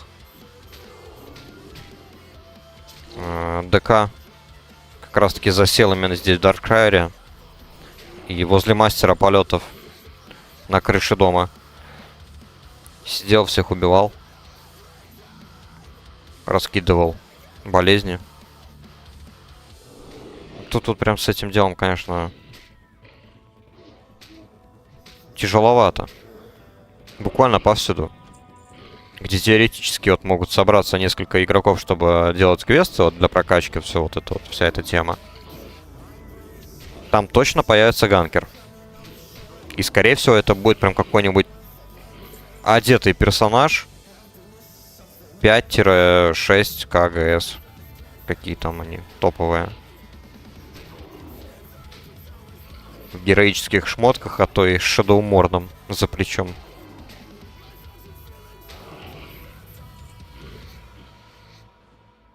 Не знаю, какой у них от этого кайф.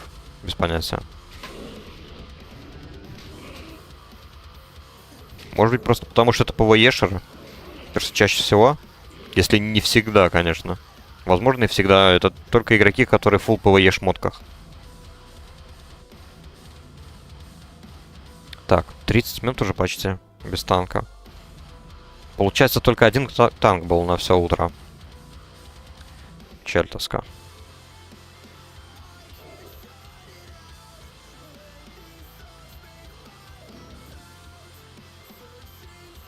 Так, тут у нас что?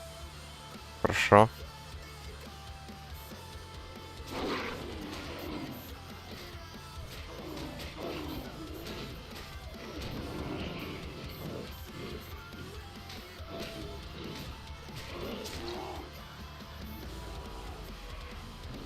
Если, конечно, как-то получится еще накопить голды, допустим, вот через сбор трав, наверное, я еще себе сделаю ферал друида. Потому что если вот посчитать вот по времени, сколько вот я играл за друидами на личе, все-таки ферал, наверное, у меня будет на первом месте. Больше, чем рестор. Хоть и за рестор друида я тоже очень много играл. Правда, это было уже когда-то там давно, много лет назад, но все же.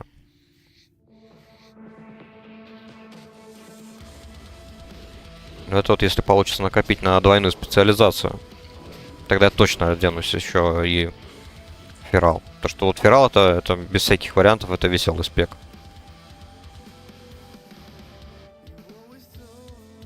Тем более, что за друида мне еще ферал такой, гибрид именно ферал нравился в классическом Варкрафте. Играл специально за него просто потому, что игроки, ну, сообщество в целом говорило то, что друид это прям бесполезнейший класс. На классическом Варкрафте, с чем я, в принципе, и соглашусь, да, он может все, но все это делать плохо. Но если уметь именно играть гибридным друидом, то есть там и в нужный момент и в медведя спекнуться, и в кота, вовремя там доты раскидать, ходки раскидать и так далее, то получается очень довольно весело. Я так немало PvP-мувиков посмотрел именно вот за классического друида. Вот больше всех, наверное, это вот классический друид я смотрел. А вот на втором месте это Red Triple 1. Это прям вообще старые-старые видосы, на которых еще там графика, наверное, каких-нибудь на 480. Там HD вообще не пахнет. Ну, надо посмотреть, прикольно. Как играли тогда давно игроки.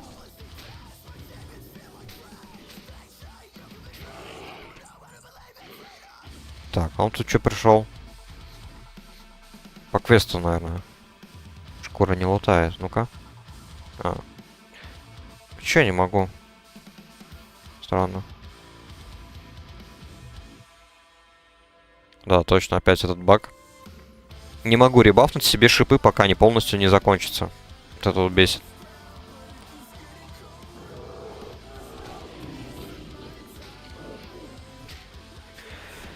Блин, полчаса. Сейчас почти уже 12 часов. Ну.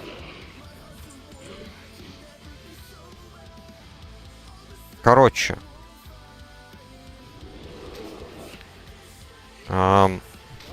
Если где-то к 12 данж не прокнет, тогда, наверное, буду... Ну, я не хочу просто весь стрим фармить кожу. Это... Мне и самому это скучно. Если вот данж не прокнет до 12, тогда, наверное, буду закругляться. А завтра тогда подрублюсь попозже, когда больше народу будет играть. Где-то в обед, после обеда. Чтобы был бы смысл. А сегодня тогда будет еще неплохая идея, не знаю. За Фроста, может, еще поиграю.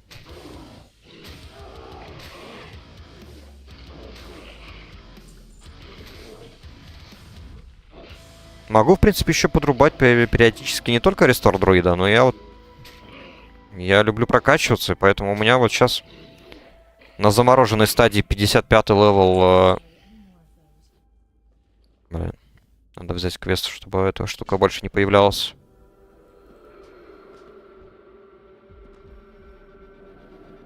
Вот на замороженной стадии у меня Холли Паладин 55-го левела. Я могу его тоже прокачивать. Фрост ДК, он у меня, ну, на полпути. На полпути уже в шмотках для твинка. Я вот вчера оружие себе набил. Оба, причем парных. Плащи себе сделал за репутацию с этими крестоносцами. Argent Crusade. Или как они там называются.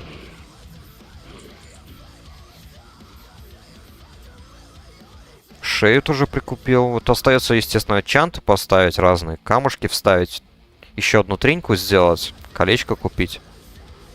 Поэтому я могу даже и за ДК подрубиться.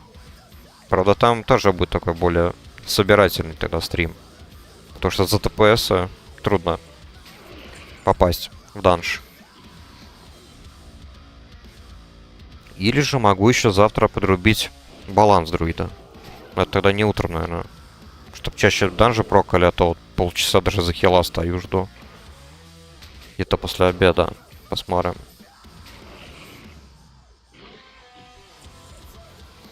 Сколько на это все голды нужно? Это... Ты имеешь в виду одеть твинка на 79 левел?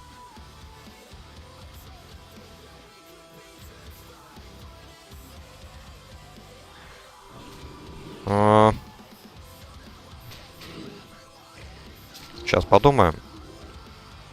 Ну, уже я потратил...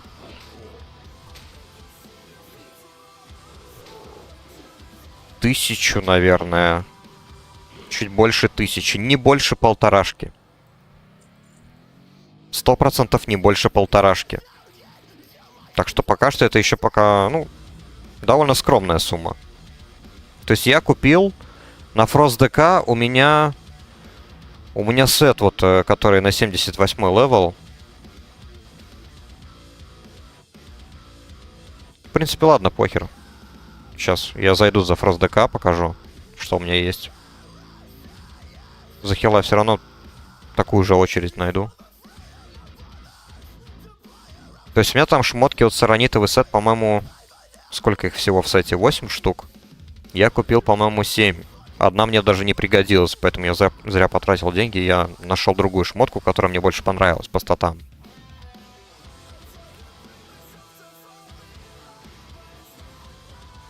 Так. Зульфараки. Зульфарак, кстати, хотел пофармить для сумок и так далее. Так. Ну вот, что у меня есть. Так, надо спрятаться на всякий случай. Тут любят фармить всякие черти. Ходят. Так, ну вот этот вот шлем я получил, по-моему, за квест. Это вот я шел в данж, и там вот бывают квесты есть в начале данжа, и, по-моему, это вот награда. Это Утгард Pinnacle по-английски. Из которого, кстати, я вчера выбил тоже одноручный меч, вот, который я планировал. Гайдов на Фрост ДК очень мало почему-то оказывается на 3.3.5. Видимо, все любят за анхоликов играть. Да и вроде бы анхоли лучше считается. Больше ДПСа и так далее. Ну, не знаю, я больше люблю Фроста. Вот. И там сказали то, что Emerald's Blade, шмотка из последнего босса, подойдет. И вот повезло мне, с первого забега я смог выбить этот меч. Вот это вот вторая одноручка из арены Зулдрака. Тоже пришлось чуть-чуть так попотеть, потому что поначалу никто не хотел собираться в группу, а потом уже народ начал прибывать. Но нормально, орда не ганкала. То есть вот так вот оружие собрал.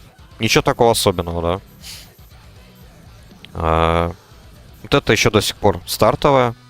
Из локации ДК. Других особо я не видел. Альтернатив нормальных. Я знаю, что можно... вот здесь вот. Тут есть квесты, дейлики. Ты получаешь специальную валюту, и потом там у вендора можно покупать плащик. Плащик. Потом вот какая-то реликвия. Там можно для друида, для шамана, для паладина, для ДК купить. И, по-моему, еще кольцо. Все эти шмотки для 74-го левела. Вот у меня даже эта валюта есть, по-моему. Вот она. Вот эти вот монеты нужно собирать. Ты их получаешь за дейлики, которые ты делаешь. Но потом я посмотрел то, что там эти вот реликвии, они какие-то дурацкие. Они для Фроста мне не подходят. А этот хотя бы мне Bloodstrike увеличивает урон. Поэтому почему бы нет. Вот. Саронитовый сет у меня только 6 штук получается. Шлем пока что мне просто не хватает ресурсов, чтобы сделать от инженерного дела. Просто банально нету голды. У меня нету флаймаунта именно для этого, для Нордскола. То есть у меня нету полетов для непогоды и быстрого передвижения. А это 5000 голды, по-моему. За все про все. Фармить я не люблю. Фармить я, тем более... Тяжело будет фармить. Вот, передвигаясь на Тигре, в Нордсколе, собирая саронит. Мало того, что трэша много, так еще и хай-левел игроки будут ганкать. Поэтому, ну, такое.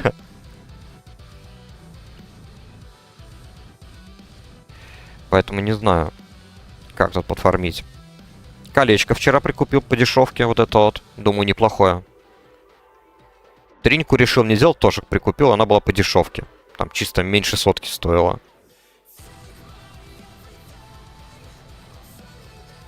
Попрошайничать я, конечно, не люблю, но я не откажусь. На самом деле, в этот раз не откажусь. Потому что сейчас, вот как видишь, у меня 106 тут. И где-то плюс-минус по 40 голды. Там у меня у дополнительных персонажей. Пока что мне как-то с фармом голды, ну, такое, не очень. Вот, плащ еще разве что вчера вот. Сделал репутацию. Argent Crusade. Шею тоже купил на аукционе. Не помню сколько, тоже, наверное, 100 голды каких-то. Камушков, вот как и говорил, нету камушков, нету чантов всяких разных. Чанты есть у меня пока что вот на плащике, который повышает ловкость. Это вот инженерный чант. Это... Какой он? Вот это вот. Ловкость, и плюс это еще парашют. У меня всегда такое было. И нитроускорители на ботинках. Повышает скорость передвижения. Окей. Буду премного благодарен. Ну и вот, по сути, все. Остается вот сделать чант на перчатку, добавить ракету. У меня просто саранита вообще по нулям. А покупать на аукционе не хочу. Там один слиток саранита 11 голды стоит. Ну это вообще грабеж. Так можно обанкротиться быстро. Я предпочту лучше сам тогда уже собирать его.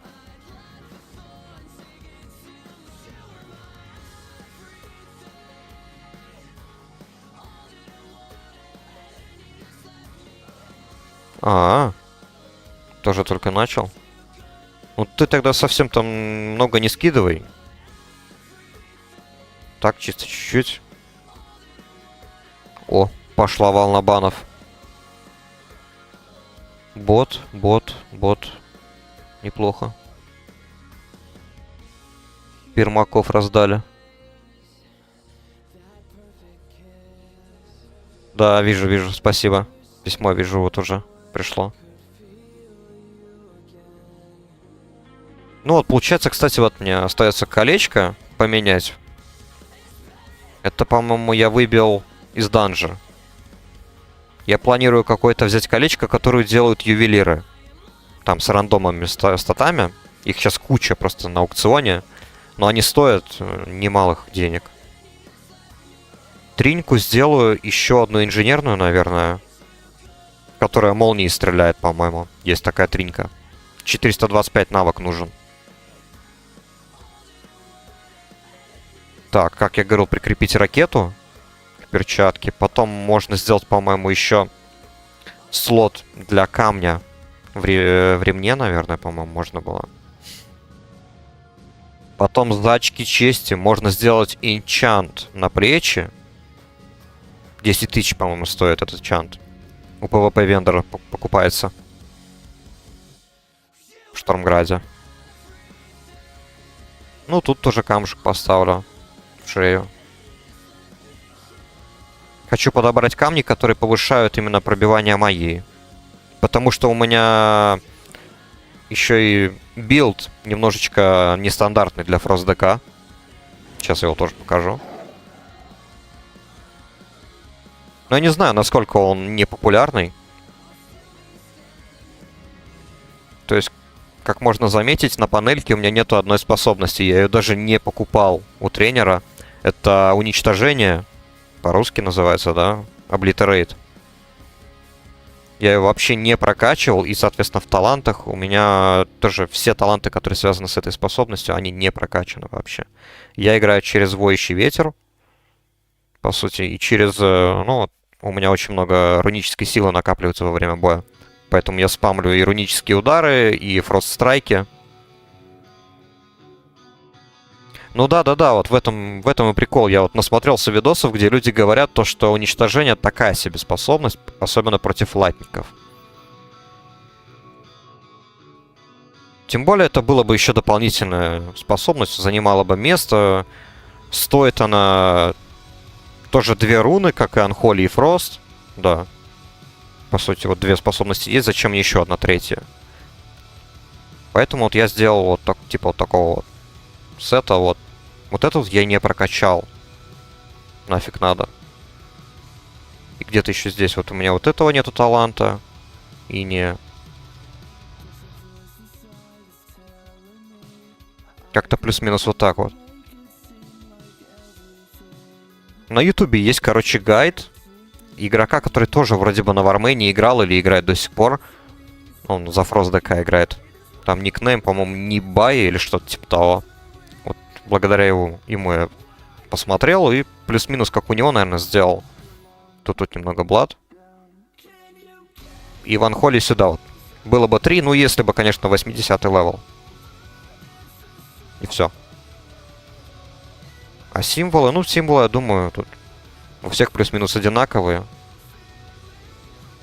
То есть вот большие символы снижают вот затраты рунической силы на стан.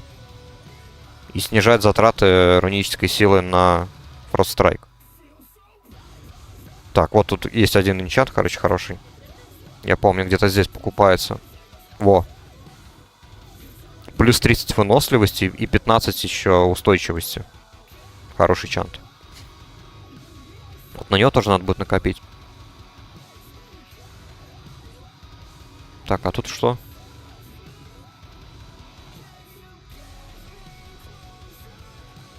Ну, неплохо.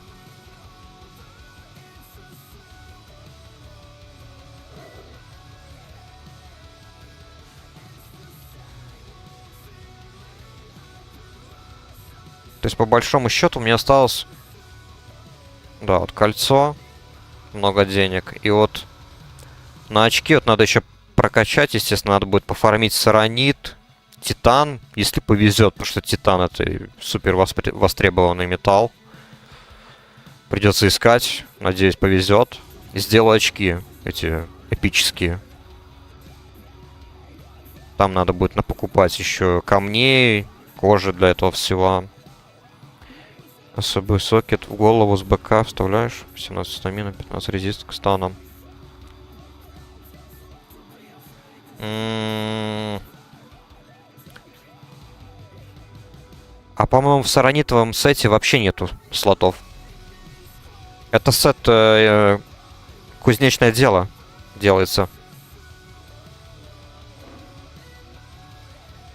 Типа у меня не ПВП шмотки. Не за Honor. Вот там, да, если это было бы за очки чести, там, наверное, было бы куча шмоток с этими, со слотами. Но я решил брать саранитовый, просто потому что он тоже дает много статов, и, по сути, устойчивость есть нормально. Вот если посмотреть, вот, допустим, у меня уже 300 есть. Хотя вроде бы говорят, что желательно нужно до 450 разогнаться, но все равно мне столько не будет.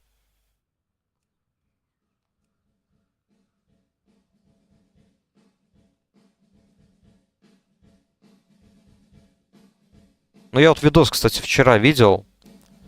Там тоже у чувака шмотки много, просто от 70-го левела ПВП шмотки. Не знаю, я как-то к такому не привык. Для меня это типа лоу-левел шмот, зачем его покупать? Какой от этого смысл? Хз, может быть и есть.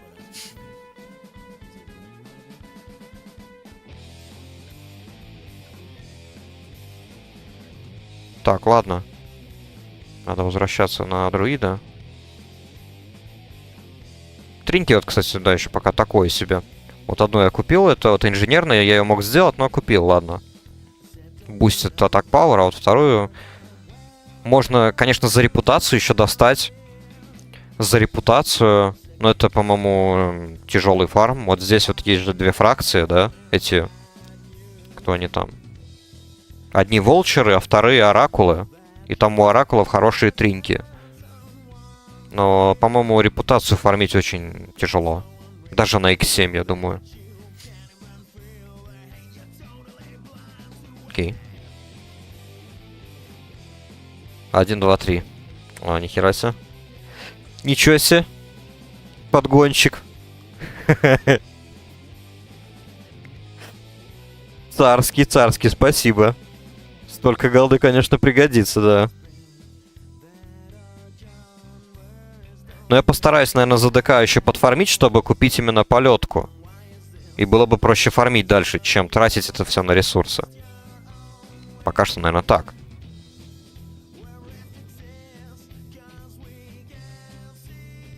Так, ну зарегаться на данж. Спасибо за голду, да.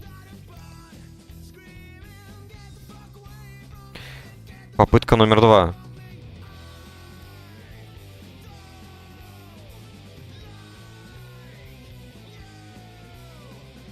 Ну вот завтра тогда, наверное, я стартану. Получается, вот 12 часов. Вот сейчас вот как-то не ахти все прокает.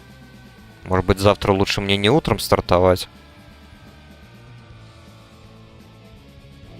Каких-нибудь в 2. После обеда где-то. И вот посмотрим. Может быть, я даже зайду за Фрост ДК. Что-нибудь поделаю.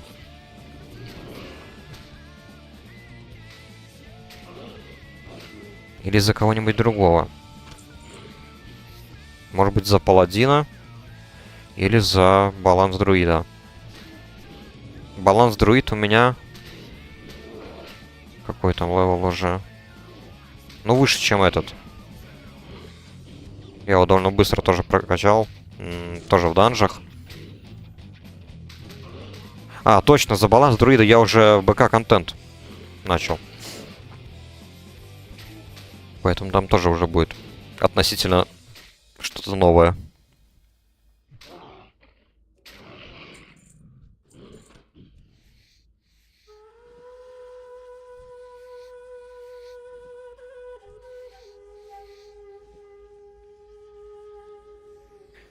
Так, ну если Паладин, то... Да, за Паладина не хочу, просто тогда получится будет тупо стрим о том, как я буду фармить ресурсы. Это, ну, такое себе. Получается, ну, не знаю. Можно разве что... более разговорный тогда какой-нибудь устроить, если, конечно, придут люди.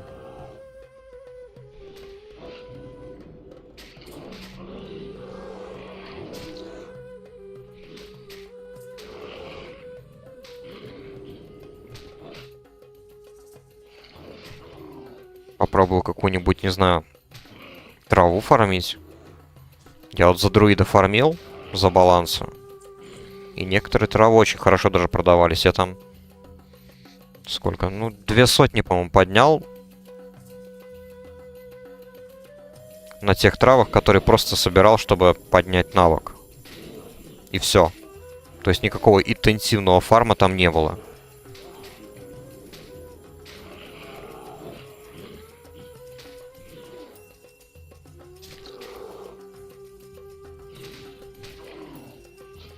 Так, вы что, издеваетесь, что ли? Перед ДПСов нет. Так, сейчас, секунду, гляну онлайн какой-то вообще на сервере. Так, Армейн. 8104 человека. Окей. Держите меня в курсе.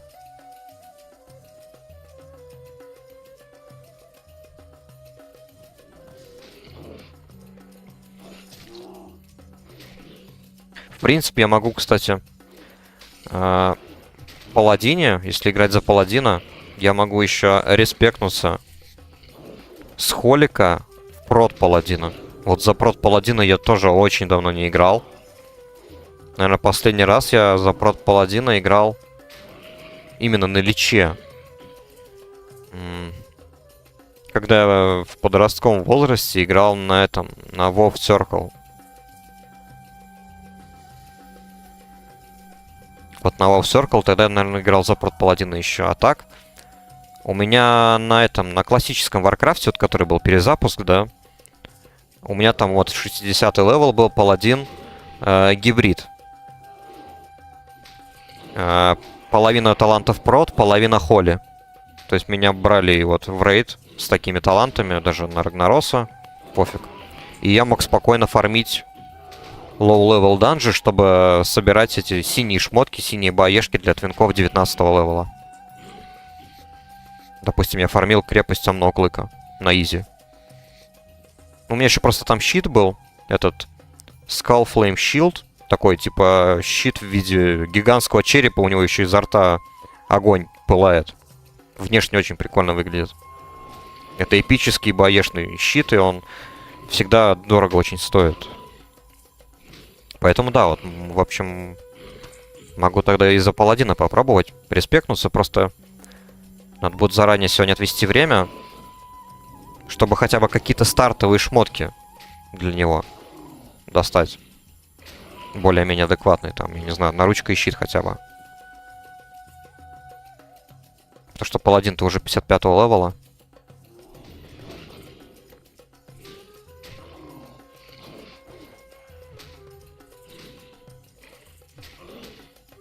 А с нуля стартовать, ну, хз. Можно и с нуля. это будет смотреть, можно и с нуля, я не против.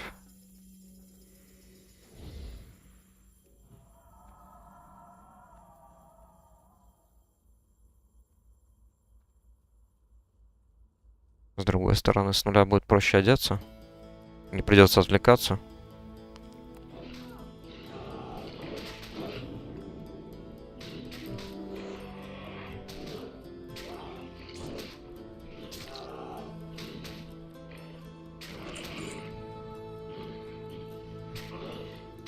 У меня на втором аккаунте есть паладин, и я там его чисто только начал, по-моему. 10-й левел есть. Я могу его, кстати, да. Могу его просто прокачать до 15-го и пойти танчить сразу же.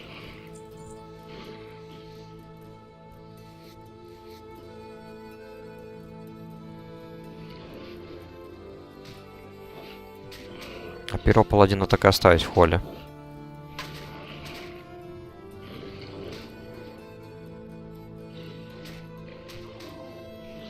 Так, заодно и вспомню все обилки, каково танчить.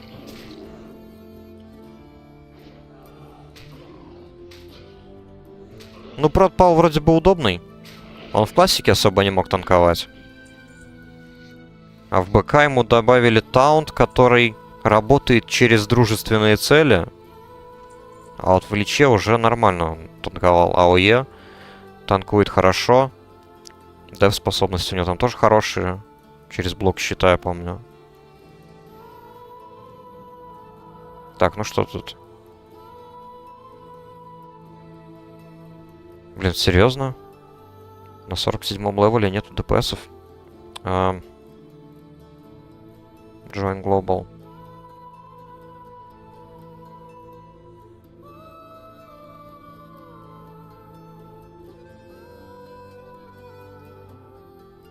Попробуем так.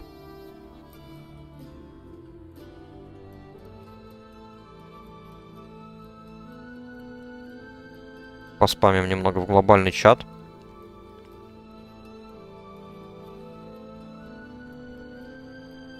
Стоило его только подрубить, тут же пошел спам.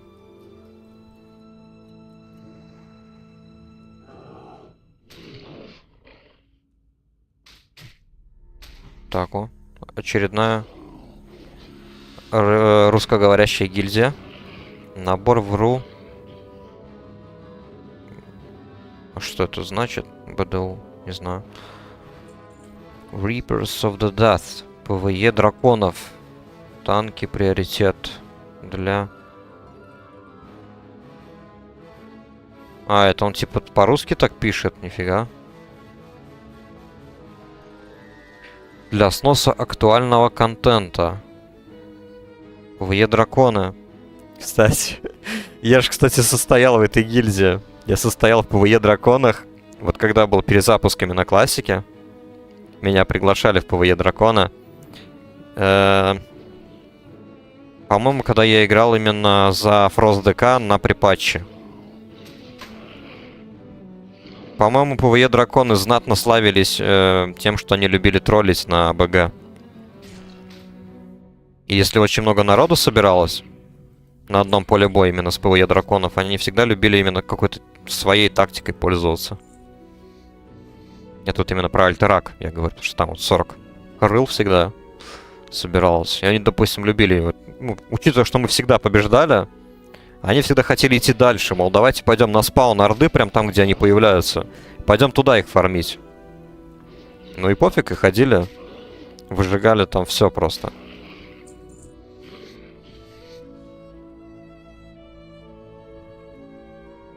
Но в целом такое среднее впечатление у меня об этой гильдии. Там вроде и адекваты были, ну и парочка таких странных личностей.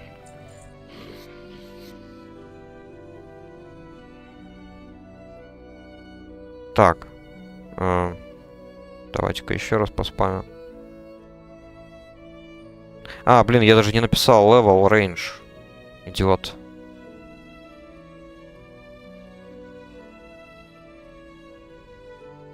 Ну да, сейчас спамить нельзя. Тут какое-то странное ограничение по спаму. Ладно, подождем.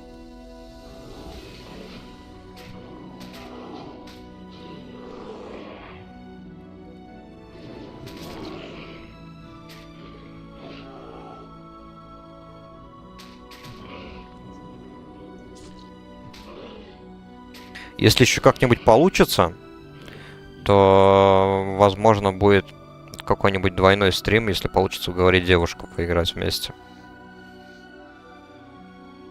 Она просто совсем новичок в Варкрафте. Но вот если будет свободное время у нас обоих в одно и то же время, то может и получится вместе поиграть. Может быть, из этого тоже что-то интересное выйдет.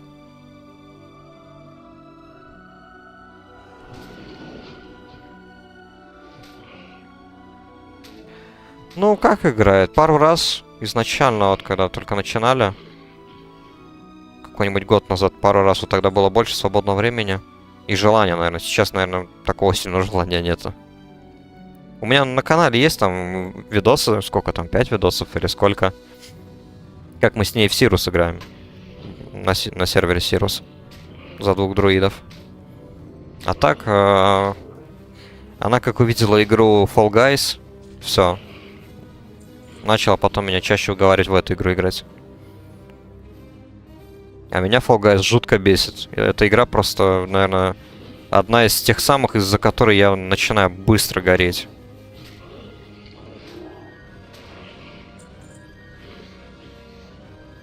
Бам. Не успел. Правда, странно получалось то, что мы играем с ней вместе, допустим, вот тот же Fall Guys, и она нередко проигрывает там в первом или во втором раунде, а я дохожу до самого финала, и именно поэтому я сгораю, потому что я проигрываю именно в финале, чаще всего. Я там первое место брал, может, раза 3, наверное, или 4.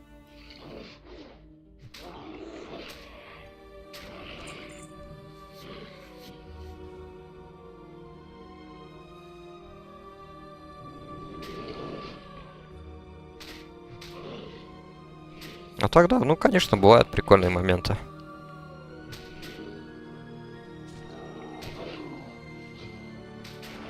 Во-первых, просто хорошо, когда хоть с кем-то можно поиграть.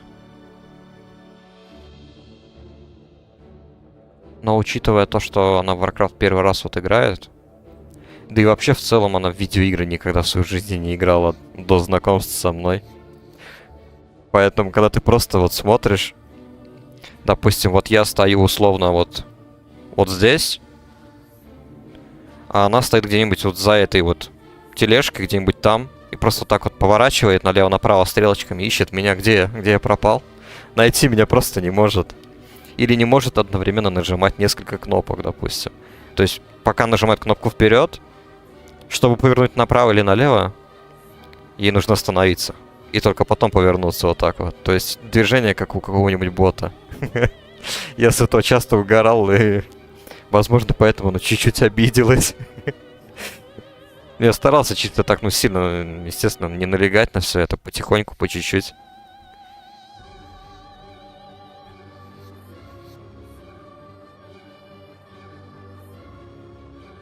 Тяжело просто иногда сдерживать смех. Это прям такие... Для тебя кажется, что это, ну, что-то невообразимое. Как так можно? Это же самое базовое, прям просто передвижение. Ладно там знать способности, что каждая делает у твоего класса. Но все равно нужно помнить, то, что для нее это прям вообще впервые.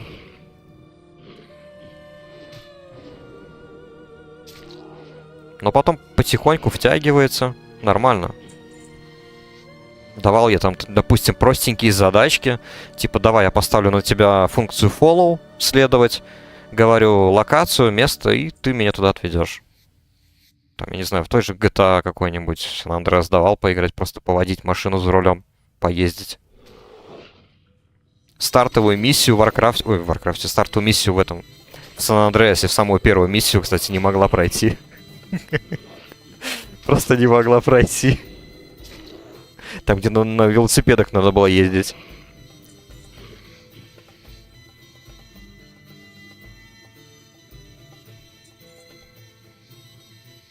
Ну до таких, кстати, вот мелочей я в Warcraft вот не помню, как я начинал. Я помню то, что я был очень маленький. Сколько мне тогда лет было, я не знаю. Может быть, каких-то 10 лет. Так, ну вот сейчас мне сколько? Мне сейчас 27. 2007 может быть какой-то. Может быть, да, где-то около 10-11 лет мне тогда было. И тогда вот мой двоюродный брат приехал из Германии, показал мне, что такое Warcraft, установил на комп. Именно у него была эта коробка картонная, да, там еще мануал был, диск, все вот это, вся эта тема. Установил, создал мне персонажа. Я помню, что я изначально, кстати, хотел выбрать именно почему-то друида. Он мне сказал, друид тяжелый класс, не надо. Создал мне ночного эльфа-воина. И я просто играл им. Прокачивался, делал квесты. И как и один из некоторых игроков, я прокачивался там все время, просто потому что я не знал, как выйти из Тильдрасила. Там же в столице есть этот розовый портал, который ведет дальше. И я далеко не сразу обнаружил его. Потом уже там начал экспериментировать. Сделал орка-воина, прокачал его где-то до 33-го, наверное, левела, и потом просто надоело. Потом уже пробовал друида, там прокачал до 36-го. Это вообще настолько было давно, что это тогда еще у нас в Латвии тогда еще существовали приватные проекты по Варкрафту. Там, не знаю, 300 человек каких-нибудь играло. И под закрытие сервера просто появился гейммастер у меня перед лицом. Повысил моего персонажа до 70-го левела. Дал голды на прокачку. И мы напоследок там, я не знаю, недельку или две. Игроки там поиграли, походили по рейдам.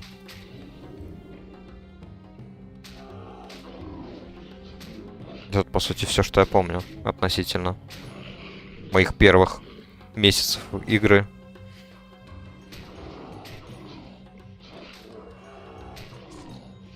Помню, как у нас в городе продавались, кстати, эти коробки с Burning Crusade. Зеленого цвета, эти картонные коробки с Варкрафтом. Я себе купил. Ну, как купил? Я маму упрашивал. Прям умолял купить. Мол, моя любимая игра, я в нее чуть ли не влюбился, я хочу ее. Купи, купи. Она мне купила, а потом оказывается то, что без оригинального Warcraft ты Burning Crusade не установишь. И все. И на этом я про Burning Crusade забыл. Просто в тот момент у меня оригинальной версии не было на компьютере.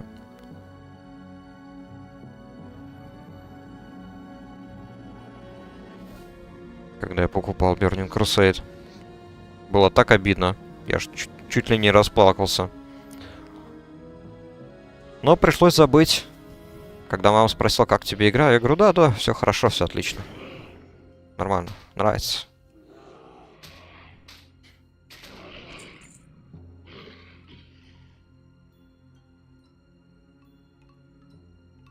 Игровое время. Интересно.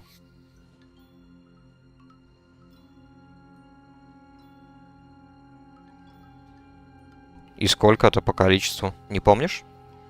Или это прям как по подписке считалось, типа тоже месяц? О, ничего себе. Интересно, про такое я, допустим, не слышал. У нас вот просто были либо в этих больших магазинах, супермаркетах, просто отдел с дисками, компакт-дисками, либо специализированные магазины, которые, естественно, уже все исчезли давным-давно, много лет назад, но я любил туда просто заходить, посмотреть, какие там новинки.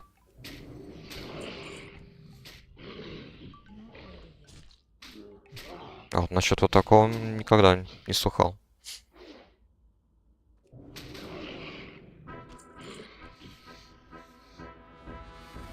Помню, как купил в детстве, кстати, Age of Empires 3. Я вот еще фанат РТС-ок. Вот две моих самых любимых РТС серии игр это вот Stronghold и... три. Stronghold, Age of Empires и Dawn of War. Топ-3 моих РТС. И вот я помню, как покупал Age of Empires 3. Это прям тоже офигенно было. Ощущение За хорошую учебу или за что мне там. До сих пор помню такой большой компакт-диск, толстый. Потому что игра была разделена на целых 3 установочных диска. Я что-то удивился, типа, ничего себе. Даже такое бывает.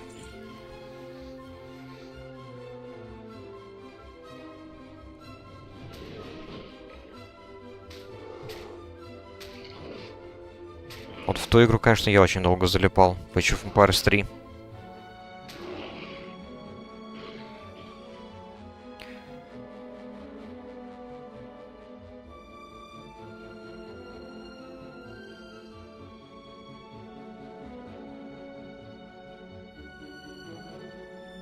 Прикольно.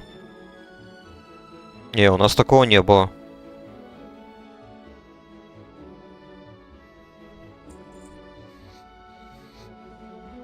У нас вот только чисто от магазина. Такие, которые, наверное, они еще специализировались вообще в целом на компьютерную технику. Там, не знаю, продавали мышки, клавиатуры, все вот это. Вот и были специальные стеллажи с дисками, наверное, с игровыми журналами тоже. Мне еще мой двоюродный брат, старший двоюродный брат из России, привозил журналы игромании. У меня была целая стопка.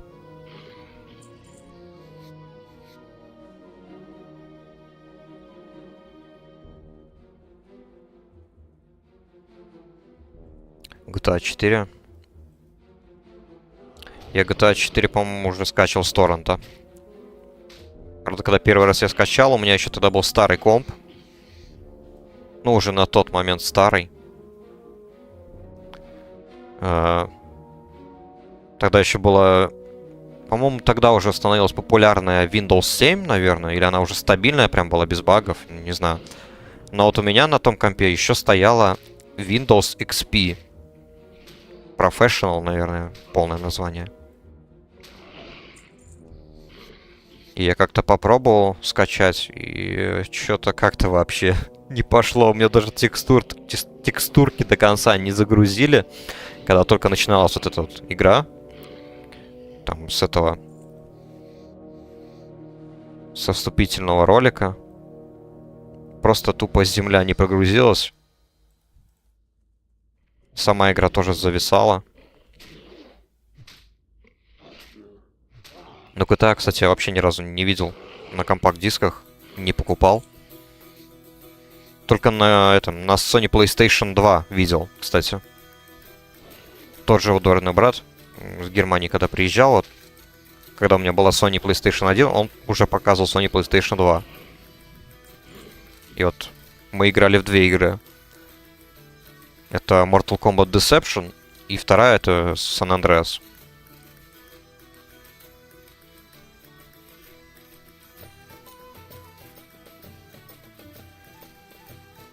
Вот мне, кстати, говорили, то, что Windows Vista это прям полный кал какой-то. Хоть я ни разу ее не пробовал. Я внешне посмотрел. Вроде интерфейс чем-то напоминал семерку или что-то между вот. Между XP и семеркой. Переходная версия. Мне пока из всех, ну, семерка нормальная была. Из всех таких вот первых операционок. Да XP тоже вполне стабильная была на самом деле. Я не сильно обрадовался, когда поступила новость, то, что закончат обслуживание XP. А вот из последних, которые были, но... Windows 8.1 мне нравилось, кстати. Вполне себе хорошая. Десятка. Старт у нее очень такой нестабильный, кстати, был. Куча багов. И вот сейчас вот 11 стоит. Ну, по сути, такая же фигня, я думаю. Надеюсь, то, что вот со временем она тоже станет стабильной. Потому что до сих пор бывают всякие там мини такие баги. Но будь у меня желание, я бы, наверное, на 8.1 остался.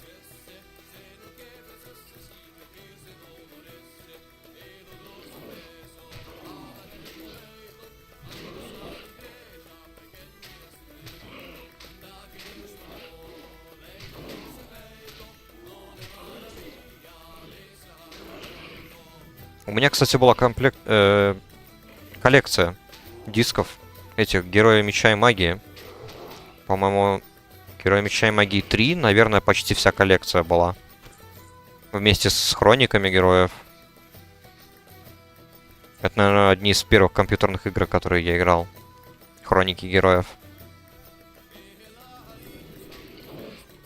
Герои 4 тоже были. Нет, там, по-моему, только базовая первая версия, Герои 4.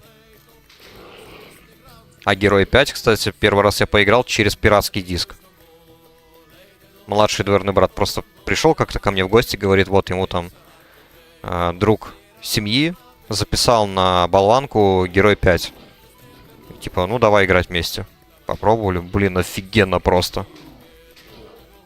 Когда вот начал сравнивать с третьими героями, с четвертыми, и тут пятая, такой скачок в графике, блин, офигенно. Саундтреки классные. У меня, кстати, вот в этом плейлисте, который сейчас играет, вот тут у меня есть вот саундтреки из 4 и 5 части. Они, к счастью, без авторского права, поэтому можно слушать, можно видосы вставлять.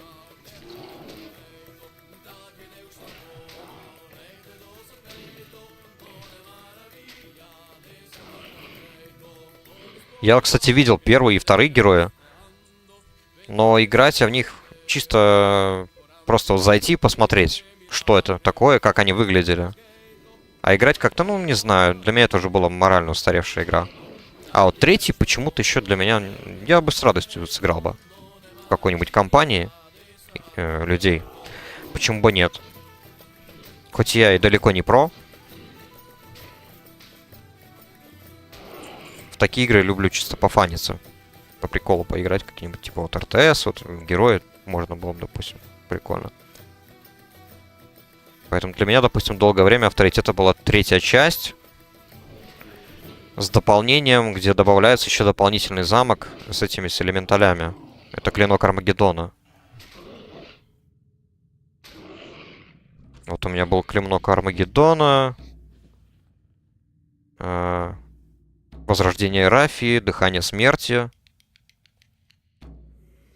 Да, и все. Там еще какие-то сейчас есть дополнения. Вот их у меня нету. И не было.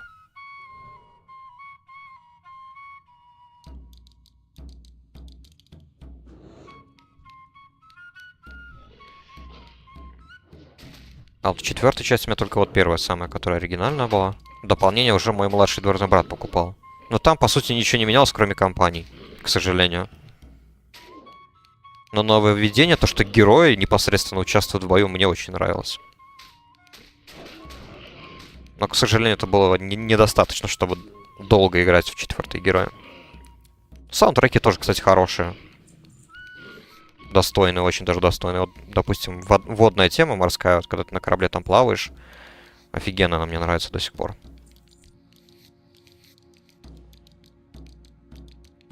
Spellforce 2. Возможно, слышал, но не видел. Сейчас я быстренько загуглю, что это такое. В Warcraft 3 я играл, допустим.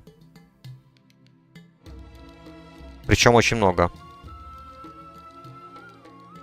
Что в Reign of Chaos и этот вот, тоже Frozen Throne компании проходил. Правда, с читами, ну ладно. Блин, выглядит, конечно. Скрины хороши.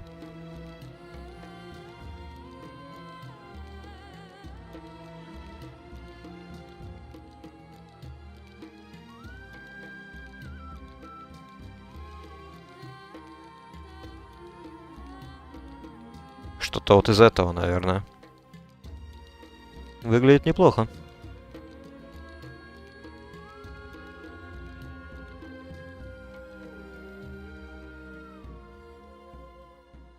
Как тебе, кстати, Reforged? Я так и не попробовал. Почему-то фанаты его, ну, унизили, скажем так. Оценки занизили сильно. Я не знаю... Блин.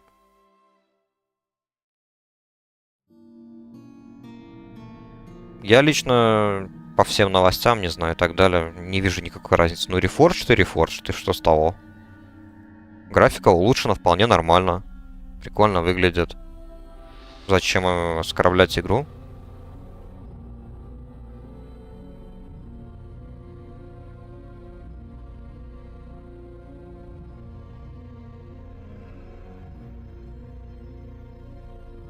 А.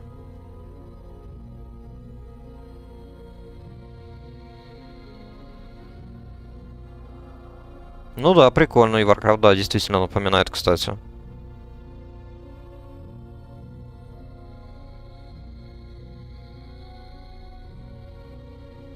А я еще что-то подобное играл. Про Властелин колец, короче, РТС-ка есть. Battle of Middle-earth называется. Битва за Средиземье. Правда, я почему-то полюбил именно первую часть, а не вторую. Хоть и во второй там больше игровых фракций. Там можно отдельно за гномов играть, отдельно за эльфов и так далее. Там отдельно гоблины, по-моему, еще были. Но мне почему-то это не понравилось. Вторая часть. Мне нравилось то, что в первой части тебе сразу дается крепость. Там ограниченное количество для строительства, это прикольно, и тебе поэтому надо думать, что ты строишь, как ты строишь. А во второй части ты просто стены строишь как забор какой-то, на который ты уже не можешь отправить войска.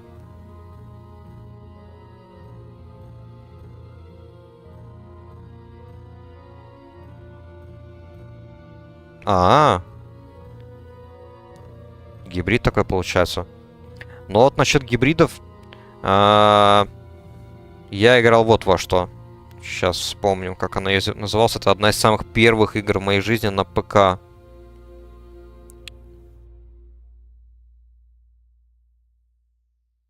Вот это вот. Нам в подарок, короче, 3 игры дали, когда мы покупали ПК. Вот она. Только она считается, по-моему, еще онлайн. То есть есть вид сверху, а есть вот такой вот. Называется Savage. Battle for New Earth. Она там еще имеет 3 части. И недавно, по-моему, реворк вышел.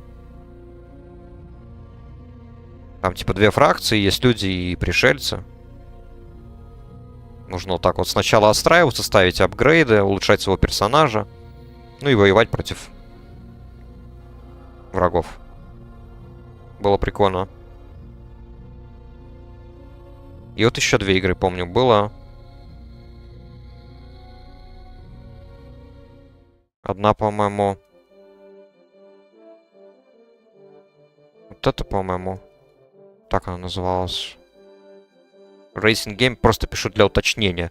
Так, сейчас, секунду, проверь, там в Warcraft, наверное, меня стукают. Да.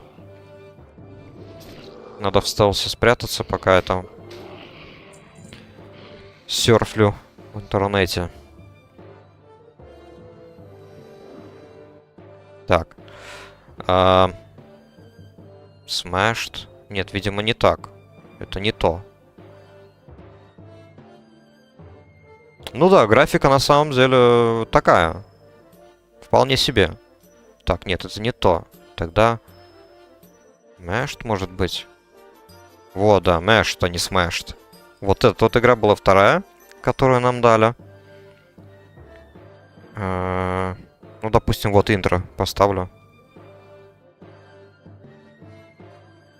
То есть это гонка с видом, с видом сверху, вот, типа так вот. Ты сверху вот видишь это все. И гоняешь там... Коробки, по-моему, разбиваешь, получаешь оружие какое-то. Отстреливаешь противников.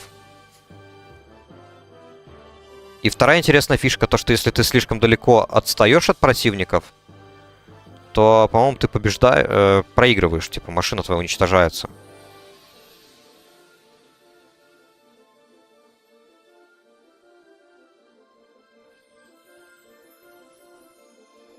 Так, ну ладно, это не игровой, я лучше что-нибудь из игрового покажу. Так, это то, что только что врубал. Вот, мультиплеер, допустим. Crash Day. Не, такого не знаю. Во. Вот такой вот геймплей. Тоже вполне себе хорошая графика. Вот так вот можно с помощью оружия там долбить других. И они типа отпадают, эти вот игроки. И так вот пока вот расстояние вполне нормальное. Но если ты отстаешь, то все, ты проигрываешь. И вот там я кампанию, конечно, проходил, но... Сложновато было, учитывая, что я еще ребенок тогда был. Так. Ну ладно. Да. Сейчас я хотел заодно глянуть, что это за... О, Crash Bandicoot в истории сохранился. Crash Bandicoot просто я еще на Sony PlayStation 1 играл. Тоже все свое детство, по сути. Все 4 части играл. Crash Day, одним словом, да? Так. Трейлер, Redline. Ну, давайте вот это посмотрим, что за... Тут, наверное, обзор. Да, это, наверное, просто обзор. Давайте напишем еще геймплей. Вот так вот.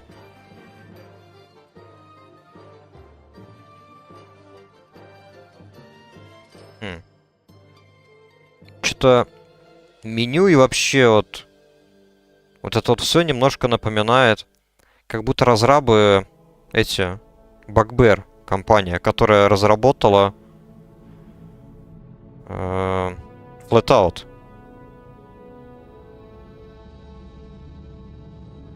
Чем-то вот напоминает, похоже. Flatout просто одна из моих любимых гонок на ПК. Я вот играл именно в первый Flatout, а сейчас у меня еще есть на Steam Wreckfest. Мы, кстати, с девушкой в Wreckfest тоже играли немало. Ей понравилась эта игра. Но тут графика покруче все-таки. И вид стандартный. От третьего лица, условно говоря. То есть тут уже похоже даже на этот... На какой-нибудь Need for Speed Most Wanted. Что-то вроде того.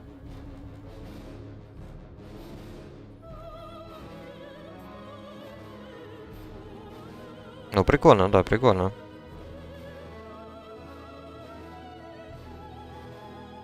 Так. И третья игра, вот сейчас хочу вспомнить, какая там нам была подарена. Всегда забываю полное название, но вторая часть названия была... Нет, не Sands of Time. Temple of Time, по-моему. Блин. Ну да, так он не найдет. Во, вот эта игра, да. Billy Blade and the Temple of Time. 2005 год, ничего себе. Я не знал, что она такая не старая. Ну, чисто игра для прохождения. Бегаешь за этого персонажа, там всяких противников убиваешь и так далее. Прикольно.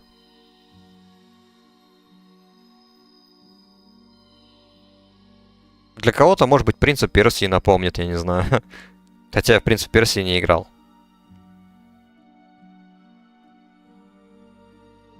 Тоже такая прикольненькая, я в нее зависал немало. Наверное, больше всех из всех вот тех 3 игр я зависал вот в этой дольше, потому что тут именно ты просто проходишь кампании. А вот в той первой, которую ты сказал, похожа на Warcraft, она все-таки онлайн-игра. А тогда, когда мы приобрели компьютер, у меня еще не было интернета. И далеко не сразу он у нас появился. А Meshed, ну такое.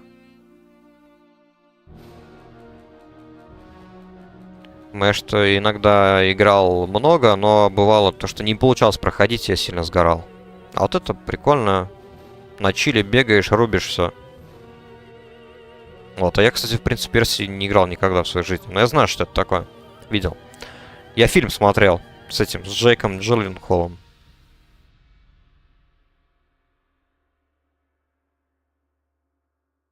В общем, как-то так.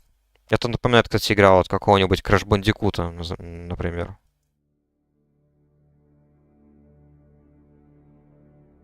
Не знаю, если ты играл. Или вообще знаешь, что это такое.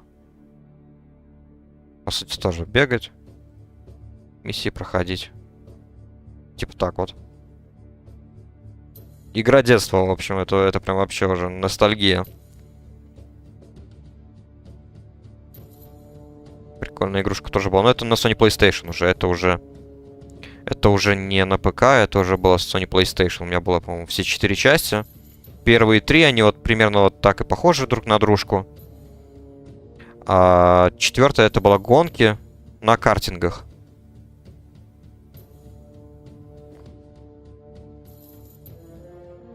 Шрек, кстати, да, точно. Я Шрека вот немножечко пробовал. Чисто чуть-чуть. Но да, похож очень на Шрека. В Шрека я играл вот подольше. Вот в этот. Шрек Супер Слэм. Вот в этот мы, конечно, играли на компе именно уже. Тут за эти типа драчки и так далее. На 4 игроков аж можно было. Вообще прикольно. Очень веселая игра была. И я помню то, что вот когда мы только первый раз в нее играли, ну, мы прям смеялись, прям вообще от души. Прям очень смешно было, потому что там некоторые суперудары были смешные. По типу, скажем так, туалетный юмор, условно говоря. Там у этого Шрека и так далее. Там кто-то блюет, кто-то пердит и так далее. Вот в этом вот мы играли. Это было прикольно. Может быть, даже стоит попробовать как-то. Скачать, еще раз попробовать. Просто последний раз, когда я пробовал с кем-то играть, у меня не получилось ее развернуть на весь экран на компе. Бывают такие проблемы. Приходится рыться в настройках игры или находить файл в папке с игрой, чтобы сделать игру на полный экран. Но бывает, не получается такое сделать. В общем, ладно.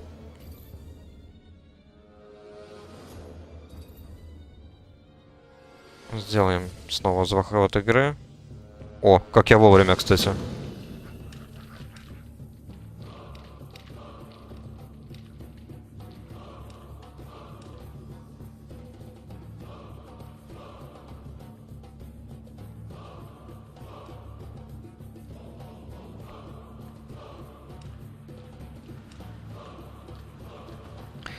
Так, что у нас? Танк у нас, друид, разбойник, варлок. Но... Ну, такое. Опять 2 мили ДД на принцессу. Да, к сожалению, такое и есть. Вот поэтому мне иногда кажется, когда вот FPS чуть-чуть проседает или Warcraft вот подвисает, да? Это вот, мне кажется, как раз-таки из-за совместимости с новыми операционками и так далее и тому подобное.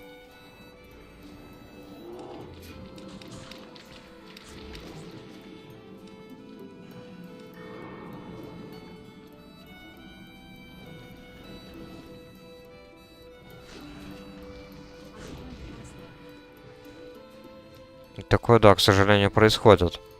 И чаще всего вот это вот именно проблема с разрешением экрана. Или, да, вот действительно бывает, что-нибудь зависает. Хотя, казалось бы, старая игра. А иногда так хочется поиграть. Вспомнить.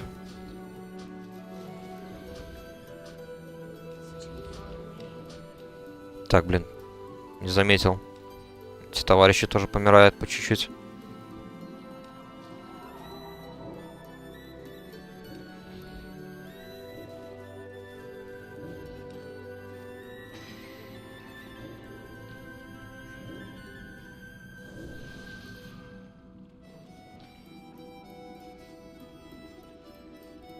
Нет, это не морская. Это просто. Это тема, когда ты просто по локации передвигаешься. По-моему, травяная тема, именно когда вот по этой просто по лесу переходишь, по травке бегаешь на улице. У эльфов там красиво поет то ли мужчина, то ли женщина, оперное прям пение, да. А морская, да, немножечко инструменты похожи. Я вот не помню, я переместил морскую тему в этот плейлист или нет.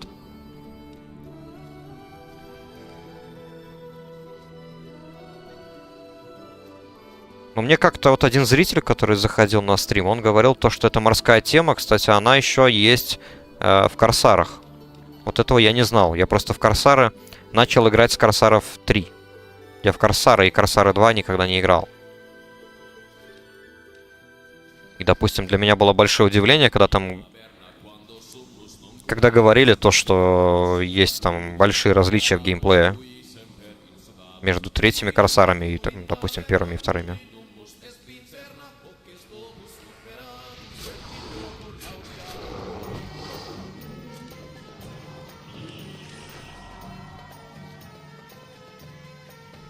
Так, это просто какой-то рандомный трек, который в Ютубе нашел.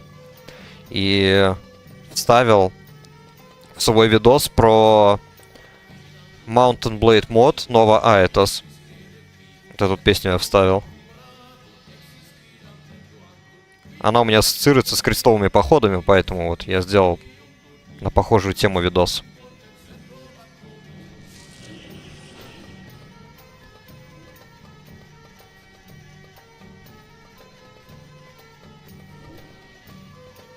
Я где-то, не знаю, ближе к выходным, наверное, когда будет свободно побольше времени, сделаю второй плейлист. Там будет побольше треков из третьих героев. Что-то из Корсаров будет. Не знаю, что там еще у меня там было собрано. Просто я в последний момент обнаружил, уже после того, как я смонтировал плейлист, я обнаружил то, что некоторые видосы, они у меня были не так скачаны неправильно. То есть они недоступны для прослушивания.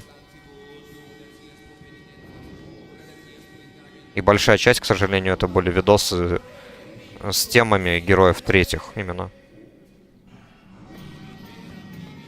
Поэтому придется как-то по новой скачать, найти другие источники.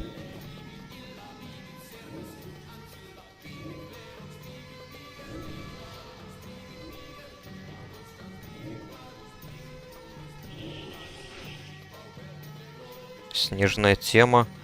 Снежная тема именно просто вот снаружи или замка этих волшебников? У них просто тоже как бы у них там снег и все вот это. Я не помню, скачивал я именно вот такие простые темы. Какие у меня там на третьих героях скачано. Замковые темы какие-то есть там у меня. Просто, по-моему, даже не все можно. Вот в героях третьих, наверное, не все можно. Там у некоторых будет авторское право. Тем более, все-таки автор треков Пол Ромеро. Он вроде как популярный композитор. Поэтому вряд ли получится использовать, наверное, все.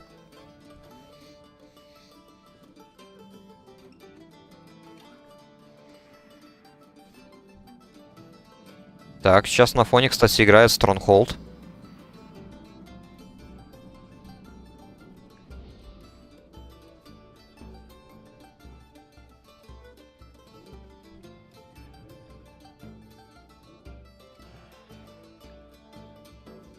Из Героев 2.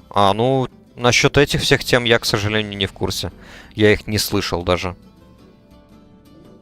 Ну, хотя, может быть, один раз и слышал, когда чисто вот смотрел, как выглядят эти игры. Кстати, вот тоже идея неплохая, может быть, посмотреть, какие там. Может быть, они тоже без авторского права, и я смогу их вставить себе в плейлист. Просто я чаще всего использую те саундтреки, которые я уже слышал.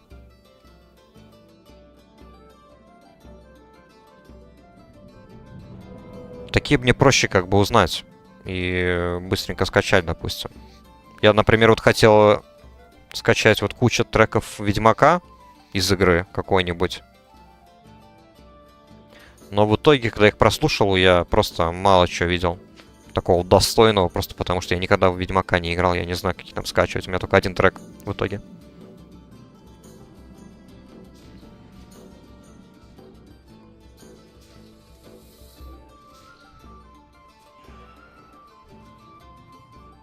Snow Heroes of Might and Magic 2, вот так называется. Окей, хорошо. Возьму на заметку.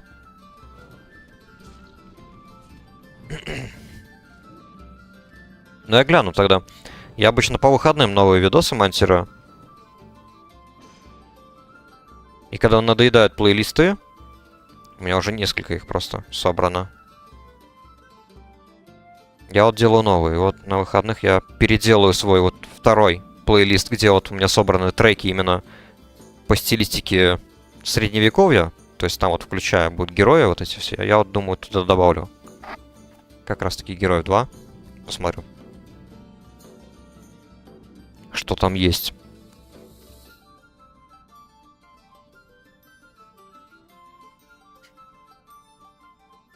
Потом еще у меня там есть скачана куча треков из единственного аниме, которое я смотрел и которое мне, соответственно, понравилось. Это Наруто.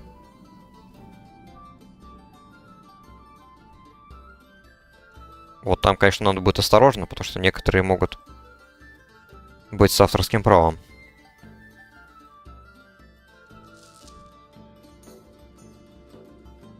Чему мы сюда пошли вообще, не понимаю.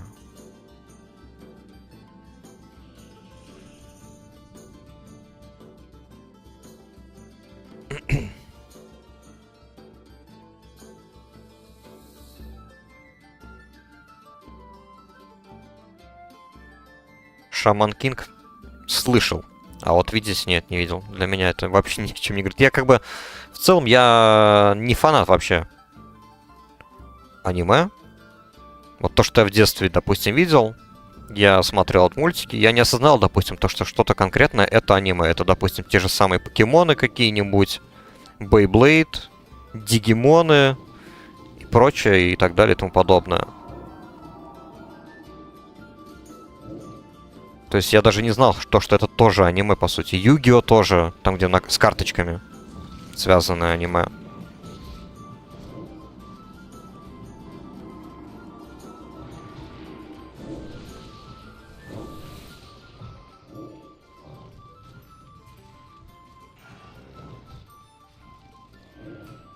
А потом, зато уже, когда появился там канал через спутниковое подключение Jetix, вот там показывали уже Наруто, хоть и очень ограниченное количество серий, там чисто каких-нибудь 50 серий, не знаю, показывали сколько. Вот тогда мне это понравилось. И я уже начал смотреть в интернете, и так вот я в итоге посмотрел первый сезон, потом второй сезон. А Боруто, ну, такое. Чуть-чуть посмотрел и как-то надоело. Ну да, для меня, по сути, тоже. Я не различал особо. Теперь я только понял, вот, по сути, разницу. Это, разумеется, рисовка сама по себе отличается. Главная тема Героев 4, кстати, сейчас звучит на фоне. Вот рисовка. И то, что, насколько я понимаю, аниме это про переживания героев изнутри, скажем так, в эмоциональном плане, да? Там нету злодеев как таковых, которые просто хотят сделать что-то плохое. Давайте сделаем что-то плохое, чтобы просто сделать плохо. Как это было, допустим, в фильмах Marvel и так далее. Вот это вот идея аниме, то есть про какие-то эмоциональные переживания, про дружбу и так далее. Потому что история, оказывается, в аниме довольно глубокая. Она с этим и связана. Типа, после Второй мировой войны народ Японии был в упадке, и вот создатель аниме именно вот поэтому их придумал аниме, собственно, чтобы развлечь людей, поднять вот настроение там и так далее. А вот обычные мультики, они чисто вот про злодеев и добрых.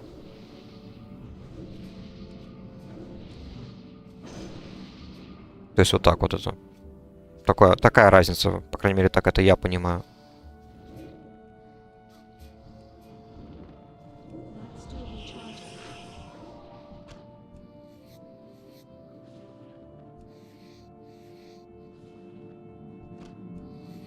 Так, мне бы маны выпить. Они постоянно идут и идут.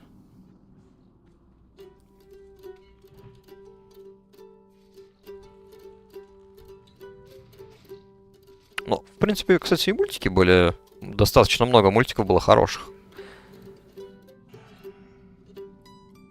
Тот же Губка Боб какой-нибудь. Или мультик про этого, про глупого пса. Розового глупого пса, который постоянно всего боялся. Всего и вся. Просто офигенный мультик.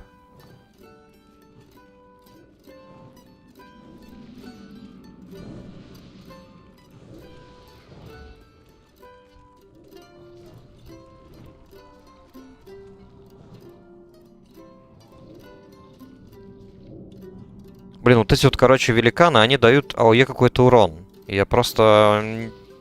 Не получается эффективно распыляться хилами. Иначе я буду просто быстро сжигать свою ману.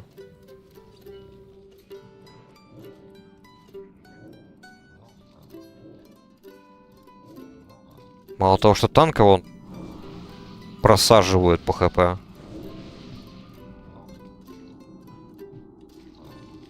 Так еще и разбойники постоянно на грани. Как мы будем бить ласт босса, я не представляю.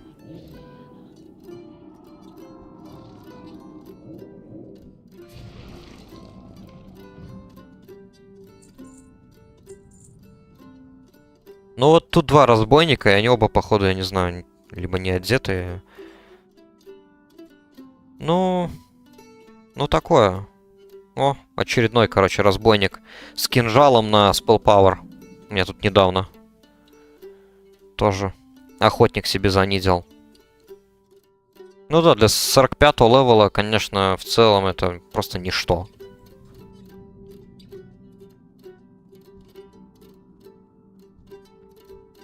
По ХП у этого еще меньше, походу. Еще хуже шмотки. По ХП, по крайней мере. Серая шмотка. На Spell Power шея, Spell Power плечи. Нагрудник вообще без ничего.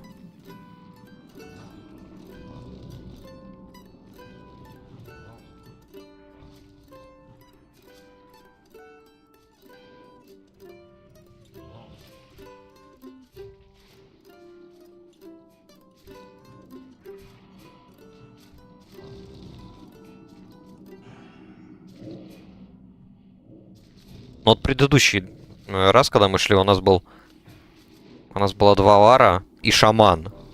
Вот это было хорошо. Шаман еще оффхилил, отлично прям.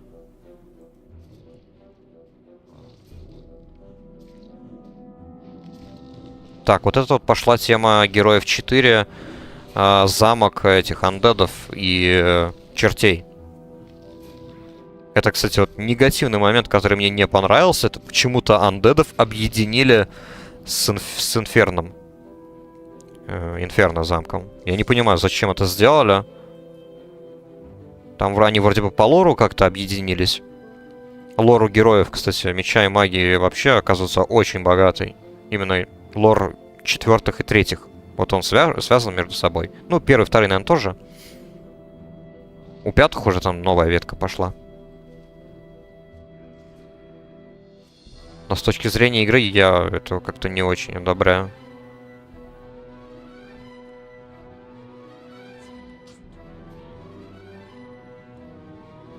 Да блин, да чё они умирают так, а?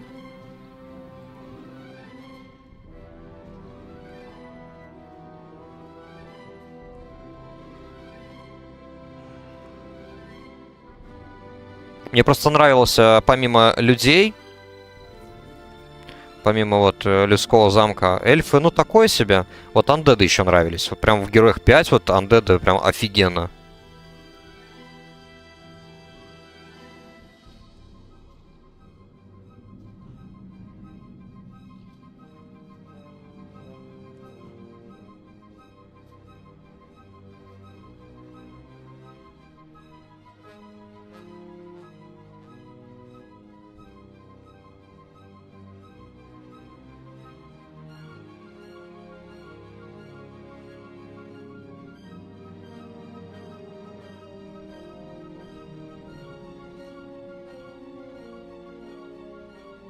Бедные обидчивые разбойники.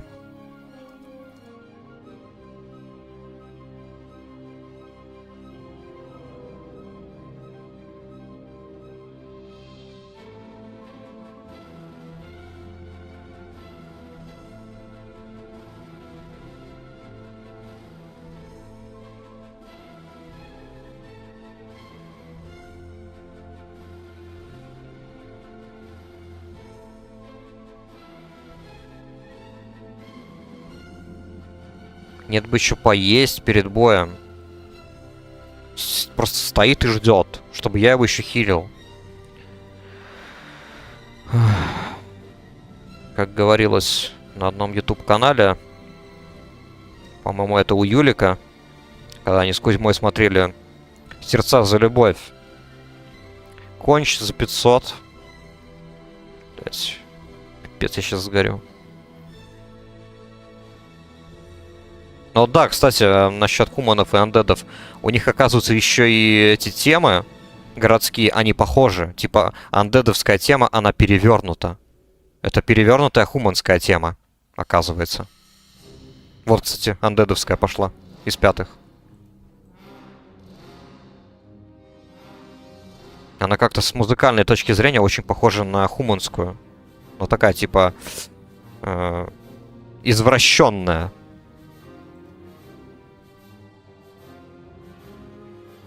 Юниты прикольные, кстати, у андедов мне нравятся. То, что, допустим, первый юнит у них это просто скелет воина, а второй это уже лучник. Вампиры нравятся, это прям тоже офигенно.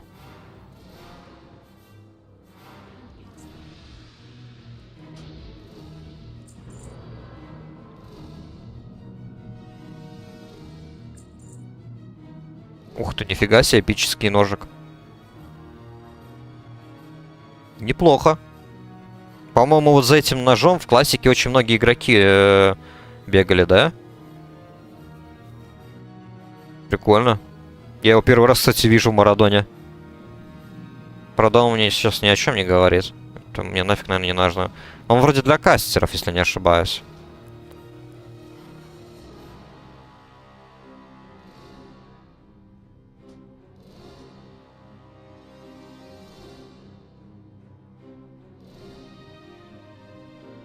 Так, ну ладно. В общем, эта группа, ну, такая себе. Она мне не очень понравилась. Как-то предыдущий было гораздо проще хилить. Не знаю, было вино это еще и танка. Хз. А, ну танк разве что, я только сейчас вспомнил. Я, допустим, когда играю за Ферала танка, я всегда перед каждым файтом, перед каждым большим пулом, я всегда Блин. Накидываю на себя ходки. Вот это вот. Вот это вот и вот эту. Накидываю ходки и тогда только иду в бой. Всегда, просто без исключения. Большие пачки и босс-файты. А вот он, по-моему, такого особо не делал. Я как-то этого не видел.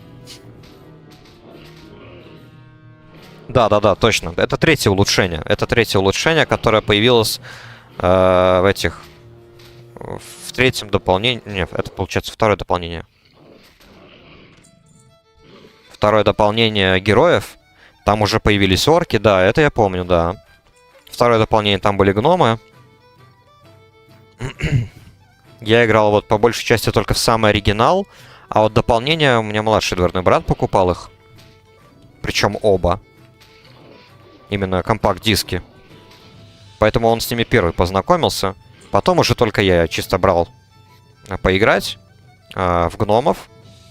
Гномы, кстати, понравились. Прикольно. У них эта система рун. И иногда кажется, что это как-то поломано выглядит. А вот орки... Мне кажется, орки вообще какая-то помойная фракция. Ну, в плане геймплея. Внешне, ну... Гоблины прикольно выглядели.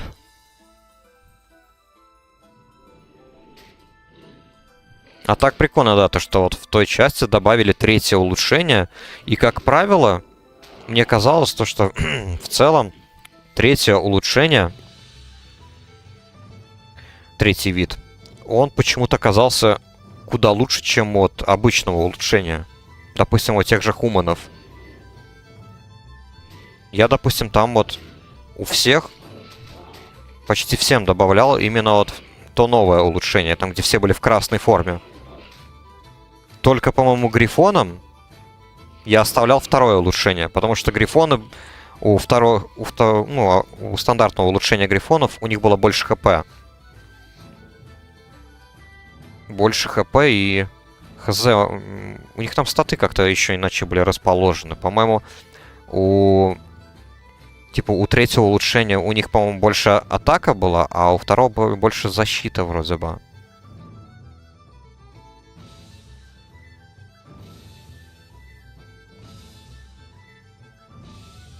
Ну, если я правильно помню, то это вот третьи лучники, то они, по-моему, без штрафа стреляют, не?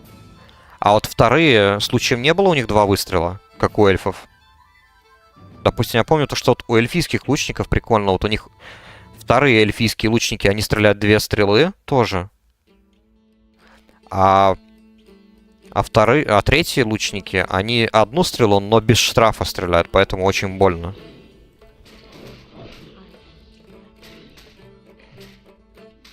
У эльфов, кстати, я никогда, по-моему, там особо не брал третий апгрейд. Они выглядели, ну, так себе.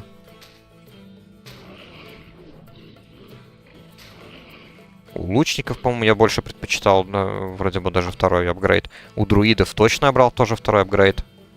Танцующий с ветром тоже. Эти феи тоже, по-моему, второй апгрейд куда лучше, потому что они еще кастуют.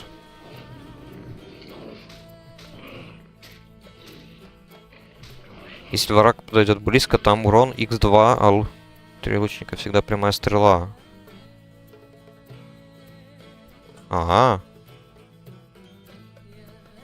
А, ну, возможно, у меня ложное впечатление тогда сложилось. Тогда я просто еще, наверное, подростком был. Особо я сильно не втягивался. Я, допустим, сильно так вот не смотрел на все эти статы.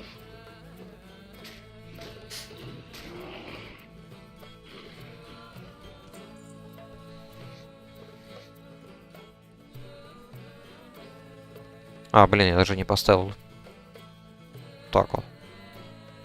Давайте еще, наверное, еще в одно подземелье сходим. Пока фармим тут. А, блин, надо еще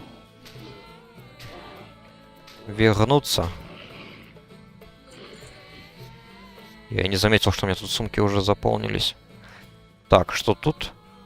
Понятно. Давайте тогда сначала освободим тут место.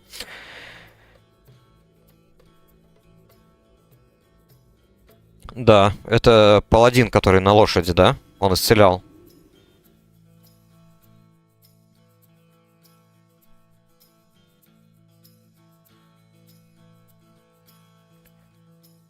Мне еще, кстати, почему-то внешне, допустим, больше нравились почему-то второй апгрейд, чем третий. Именно у хуманов. Допустим, те же инквизиторы, они куда круче выглядели. Вот второй апгрейд. У них там такой прикольный металлический шлем на голове. У второго апгрейда. А третий апгрейд, они просто... Чувак там лысый какой-то. Бритоголовый. Или этот же мечник, допустим, просто вообще офигенно выглядел. Как будто, я не знаю, паладин с одноручкой и щитом.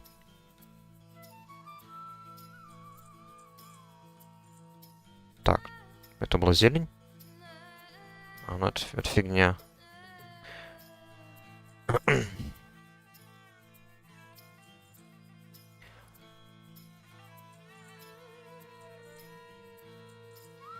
Так, на фоне, кстати, играет одна из тем песчаных, пустынных из Stronghold Crusader. У них тоже офигенные темы были эти. Любил их слушать, когда играл. Ты вообще Stronghold Crusader офигенная тоже игра. Хоть и простенькая, графически именно там прям вообще очень простенькая, но она мне до сих пор нравится, и я бы, допустим, с удовольствием с кем-то играл вместе там. С кем-то вместе или против.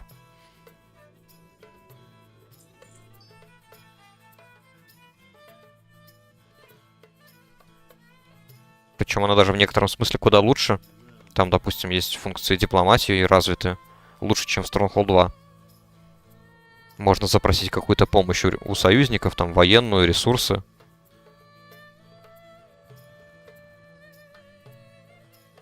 И банально в мультиплеере можно добавить яичников, если что.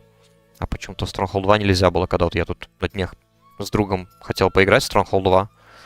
В итоге мы с ним только чисто раз на раз вышли. Против друг друга. И все. Так, ну тут уже, я смотрю, места нет, блин.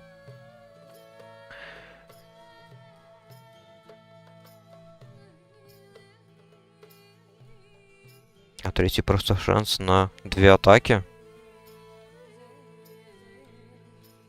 Вот насчет третьего, вот это он на 2 атаки не знал. Я еще помню то, что с точки зрения лора, интересно, они это все придумали.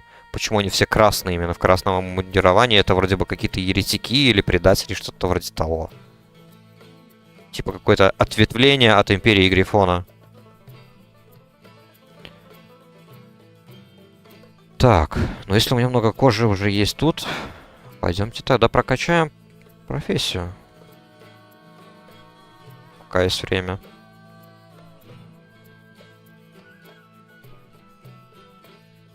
Так, Blackrock Salt тоже можно взять на всякий случай. Вроде все. Так.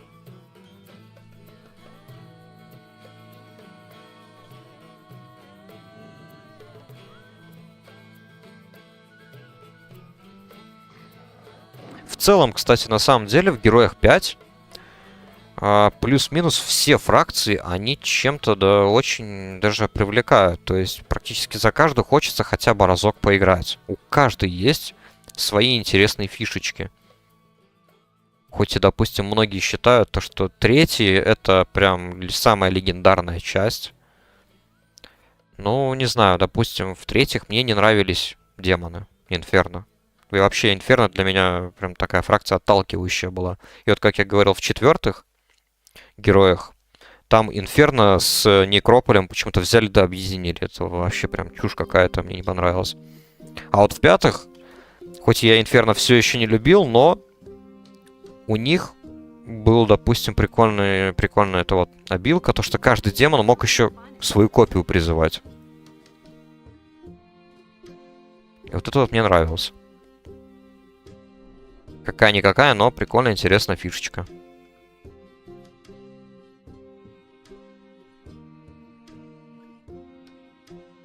Маги тоже сами по себе, у них стилистика такая интересная была.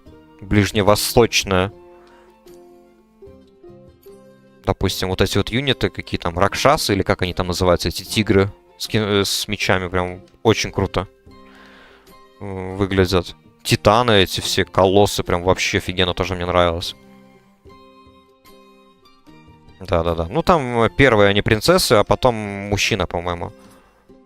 Мужского рода. Лев появляется потом. Апгрейд. Джины тоже...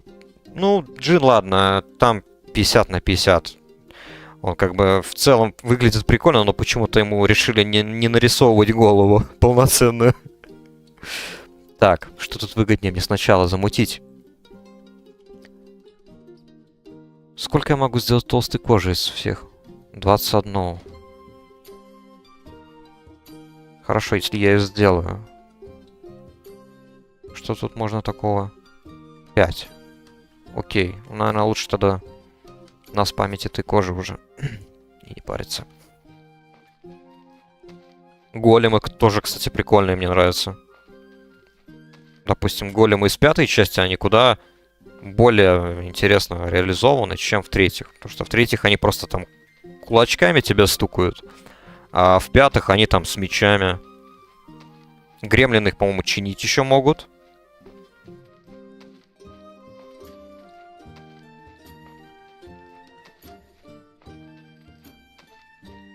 Да-да-да, резист к магии, точно, да.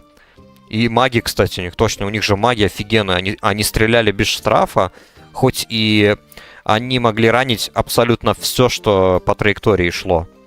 Ну, все юниты, которые стояли по траектории выстрела. Но стреляли они, по-моему, без штрафа тоже. То есть полный урон чистый входил. И плюс еще магия тоже у них там был. Волшебный кулак, по-моему.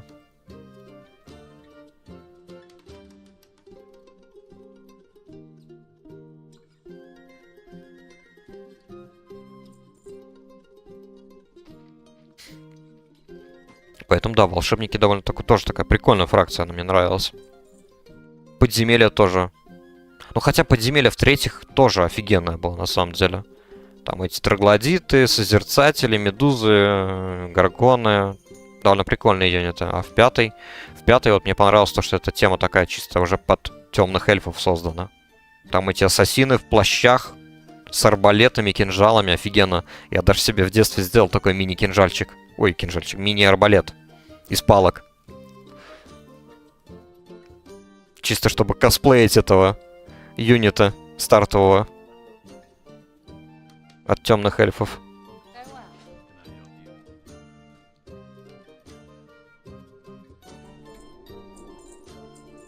Да и в целом у них там довольно тоже такие хорошие юниты были. Эти... Бестии. Бестии. Как их там... проапгрейженные они были лучше.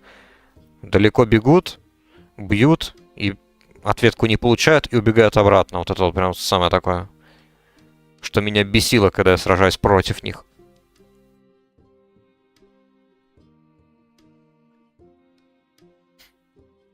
Так. Что тут еще такое можно сделать? 8, но еще нужно... Heavy Hide, точно. А есть ли он у меня вообще?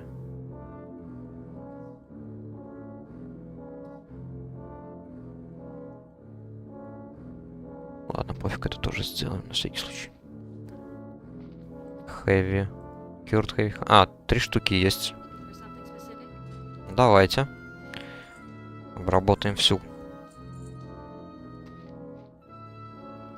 Так, это, кстати, саундтрек тоже, по-моему... По-моему, из 4-х. Так вот, я не помню, это где персонаж должен бегать. Либо в подземелье, либо еще где-то.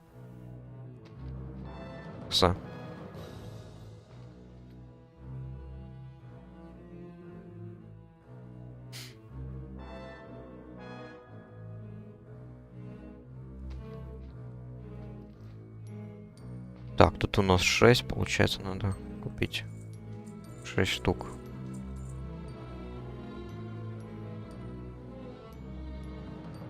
Cured Light Hide. Тоже 4 штуки есть. Окей.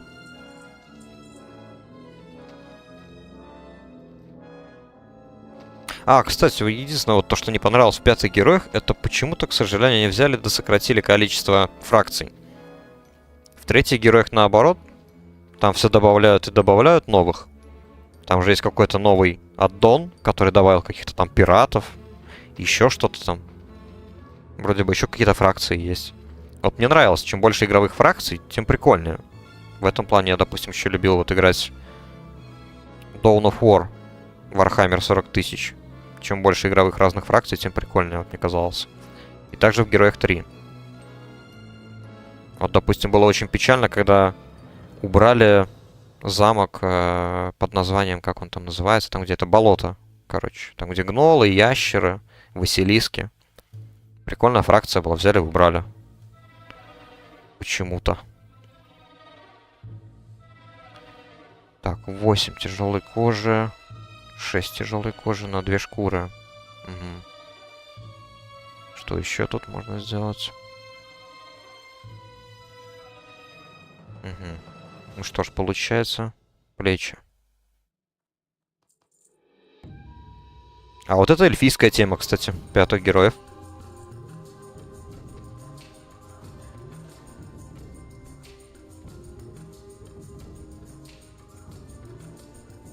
Гладиус, я, по-моему... Была бесплатная раздача, по-моему, Гладиус. Не помню где. Наверное, в Epic Games Store. Там же каждую неделю по четвергам новая раздача бесплатная. И бывает годноту. Раздают прям реально годноту. И вот, ну да, вот, значит, там. Вот я там и забрал бесплатно Гладиус, но я не играл еще ни разу. У меня вот по бесплатной раздаче есть вот Гладиус из таких вот прям годных проектов. Потом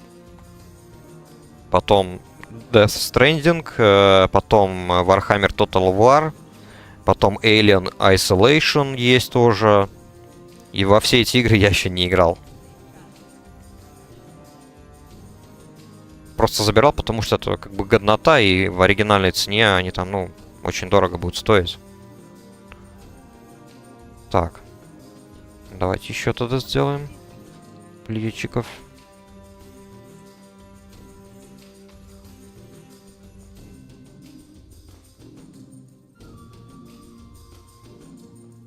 Но вот я как-то вот в такого типа игры не особо. Потому что для меня больше интересно, когда еще непосредственно какой-то экшен происходит на экране. То есть прям битва, которой ты управляешь. А вот типа вот Civilization, Hearts of Iron, вот это вот все как-то не очень. То есть для меня это больше, не знаю, как настольная какая-то игра, которая перенесена на экран. Поэтому в этом плане можно действительно как будто и приобрести обычную настольную игру, и все.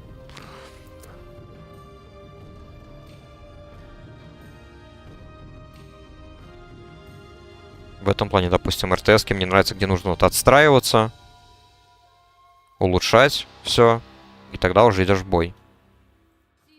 Поэтому, допустим, Stronghold 2 это прям вообще офигенно в этом плане игра. Там сильно развитая экономика. Много различных всяких зданий, которые нужно построить, чтобы хорошо себя обустроить. Различные службы. О, перчатки. Ништяк. Такие перчатки я сделаю. Silken Thread.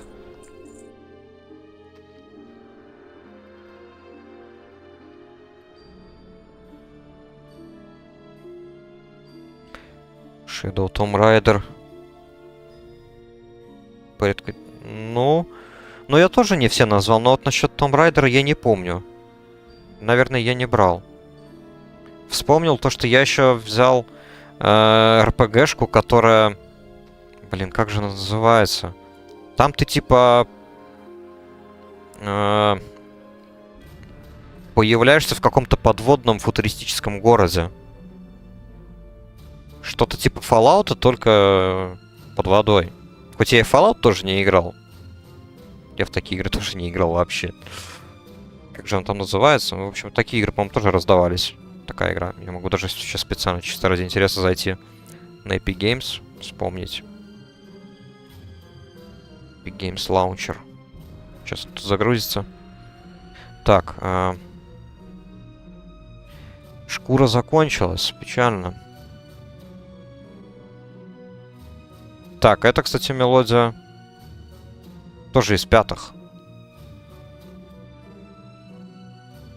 Именно уже когда просто по открытой карте передвигаешься. Так, ну вроде все, наверное. Я больше ничего не смогу такого сделать.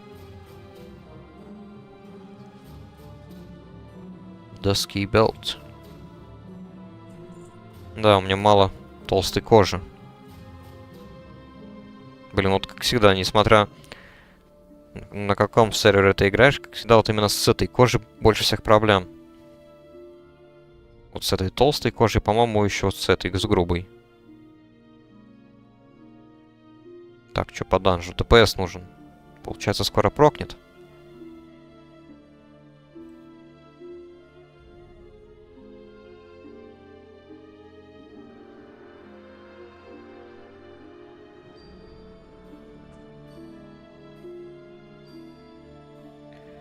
Генералы. Heroes and Generals, может быть, что-то типа того. Блять, опять убили банкиров.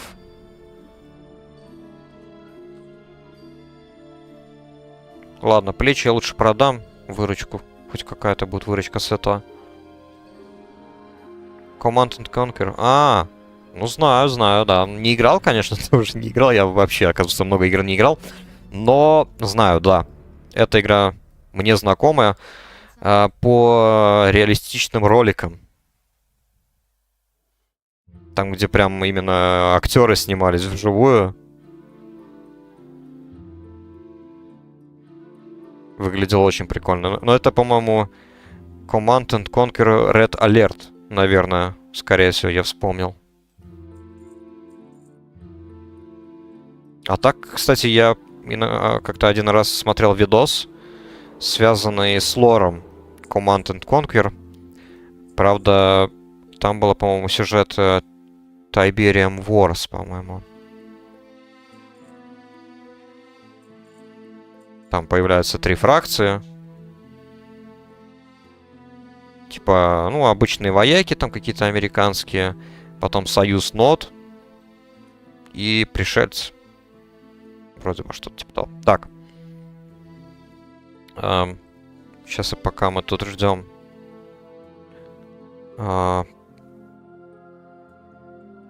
Захват экрана. Вот. Saints Row, точно, вот. Да, Saints Row у меня есть. Была раздача, короче, там, коллекции целой Saints Row. Точно. Что-то еще, кстати, есть. О, сейчас раздается Европа Универсалис. К слову. Но это то же самое, что и Civilization, если я правильно помню, поэтому играть я точно не буду. Но забрать, кстати, можно. Если я ее не забирал. Да, я ее, видимо, раньше уже забирал. Она, походу, уже раздавалась. Keeping an eye on you. Это что такое?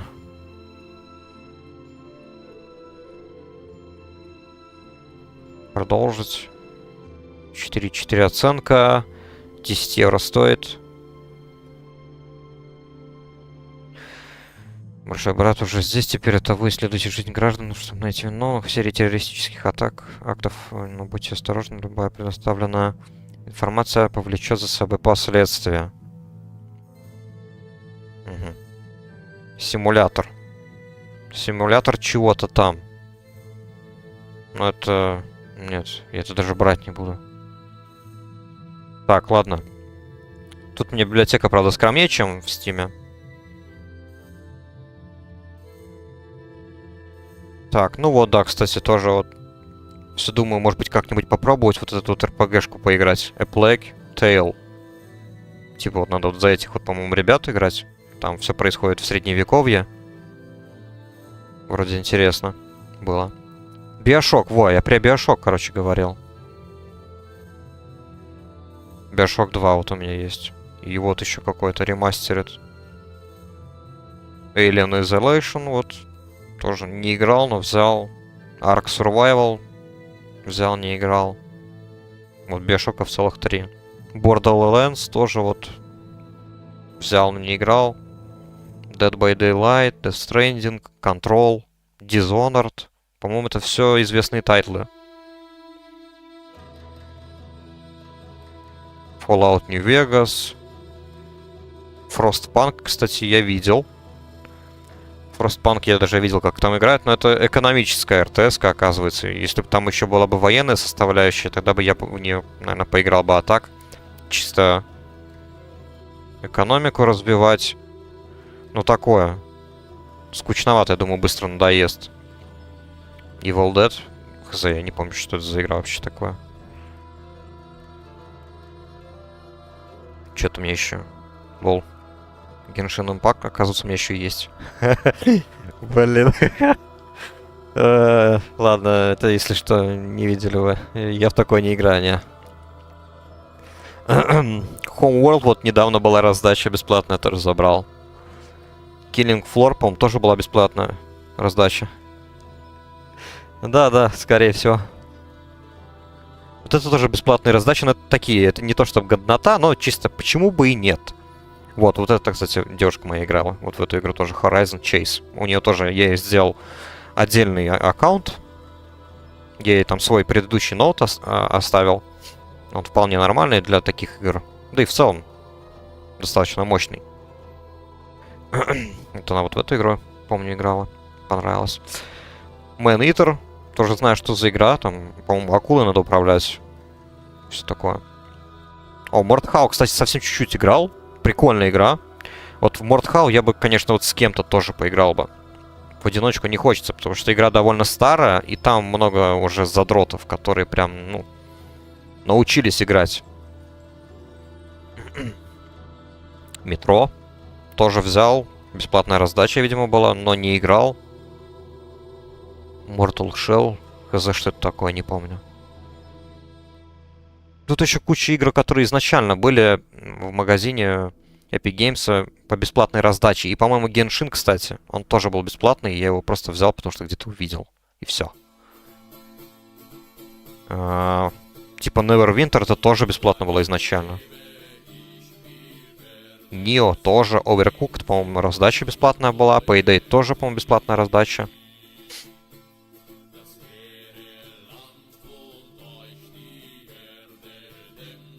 Mortal Shell.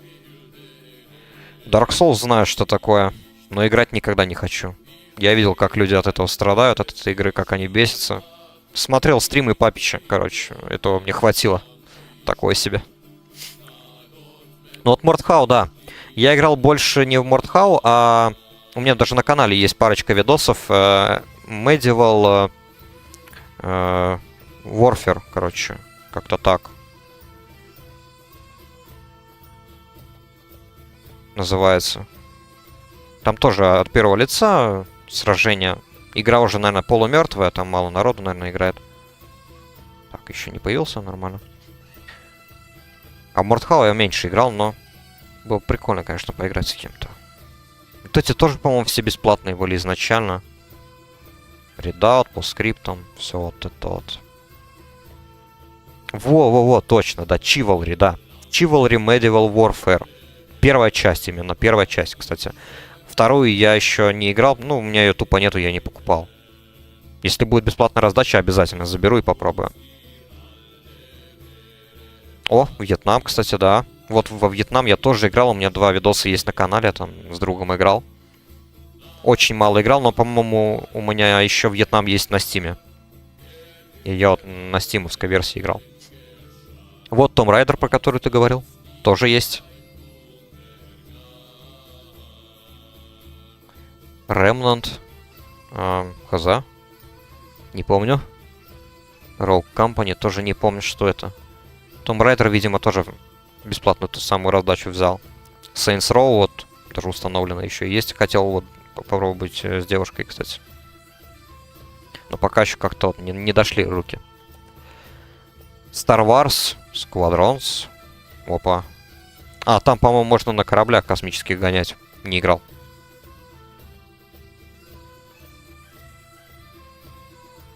Battlefront играл, кстати. Правда, на своем вот предыдущем ноуте, который вот я отдал девушке. Вот, к сожалению, Battlefront даже на средних настройках чутка подвисал. И сильно нагревался ноут. Но игра понравилась. Прикольный шутер. Понравился. Вот в Танненберг я тоже играл. У меня на видосы есть по Вердену. Другая версия игры, Верден. Вот про Первую мировую вообще офигенный шутер. Мне понравился. Очень понравился. Жаль, что мало игроков там. Но я бы еще играл бы в эту игру. ТСО совсем недавно раздавалось. Remnant тоже как Dark Souls, только с огнестрельным оружием. Понял. Тогда тоже, наверное, вряд ли буду пробовать. Battlefield 5 забирал бесплатно. На самом деле неплохая часть. Кстати, вот бесплатная раздача, по-моему, в Стиме как-то была. Правда, там была батла первая. Именно про Первую мировую. Или скидка была большая, по-моему. Не помню, вот. Но это уже давно, это было прошлым летом, наверное. Типа скидка в 80% или прям полностью бесплатная раздача, вот не помню. В Стиме была. Но я не взял. Тупанул. Вот это вот я видел, что за игра, вроде прикольная проходилка. Можно будет как-то попробовать, не знаю. Так, ну и что тут? Вот, кстати, Верден, да, вот в который я играл, у меня тоже вот есть 10 видосов на канале. Я тоже там с другом. Мы вдвоем всегда играли. Прикольно. Вот Total War Warhammer я еще не пробовал, но я знаю, что это за игры. И вообще Total War я в детстве играл. Я играл Total War Medieval 2, Total War Rome, первый еще старый. И Total War Наполеон. По-моему, да. Ну и вот. Gladius, Mechanicus.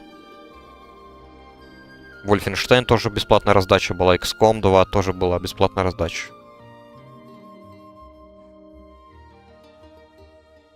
Так, ну это, наверное, я не знаю, что это такое. Наверное, либо была бесплатная раздача, либо изначально была бесплатна.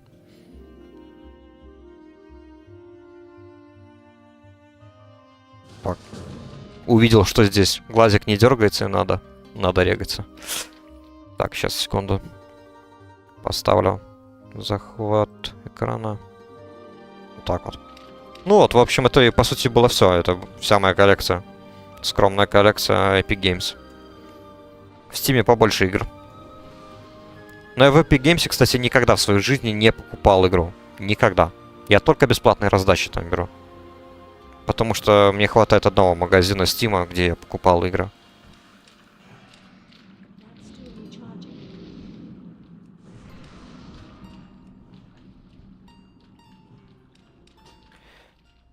Так.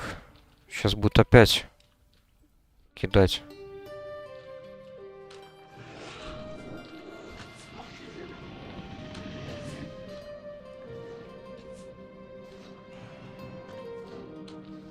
Это, кстати, на фоне сейчас играет саундтрек магов из Героев Четвертых. До сих пор помню, как я первый раз, когда в жизни попробовал четвертый герой, там было именно вот туториал. Именно за эту фракцию. И вот именно так получилось, что мне, наверное, все-таки больше всех понравилось. Наверное, маги. В четвертой части. Хотя хуманы тоже неплохие. И сейчас, по-моему, их мелодия на фоне играет. Их саундтрек.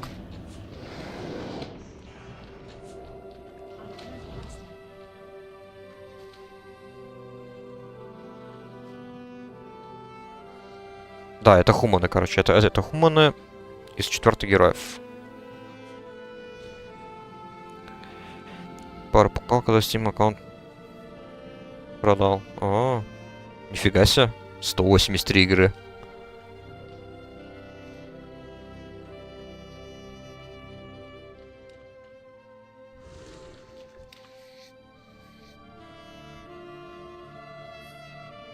Но у меня в Стиме, наверное, около 80 или 90 игр.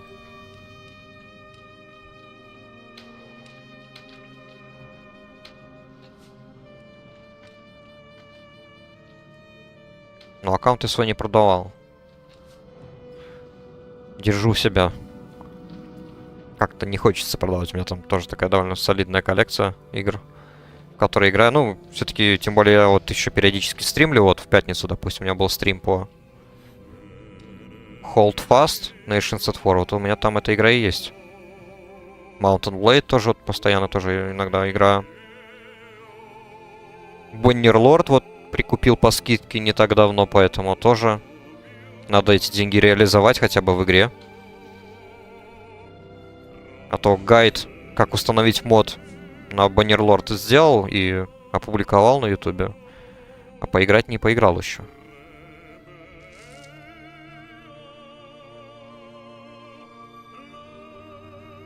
Titan Quest — это старая, по-моему, игра. Если не ошибаюсь. Старая РПГ, вроде бы, не? Я вроде бы о такой читал еще в старых журналах игромании.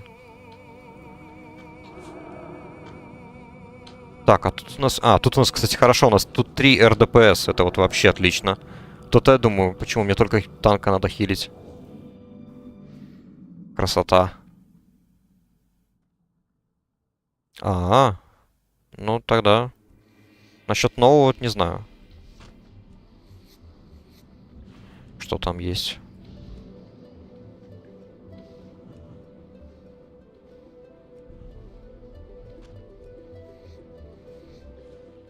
Так, а это мелодия из четвертых героев, но вот... Какой-то замок, я вот не помню. По-моему... Это, по-моему, Хаос.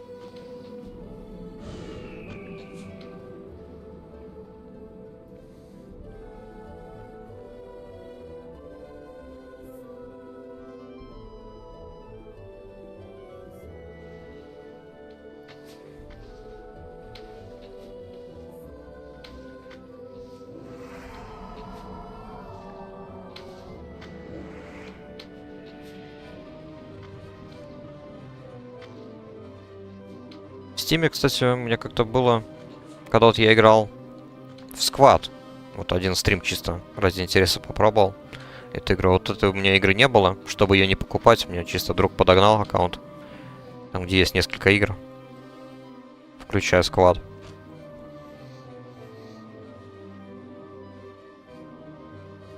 То есть шутер. По сути, гибрид тоже какой-то, но, не знаю, там есть и элементы раста, наверное.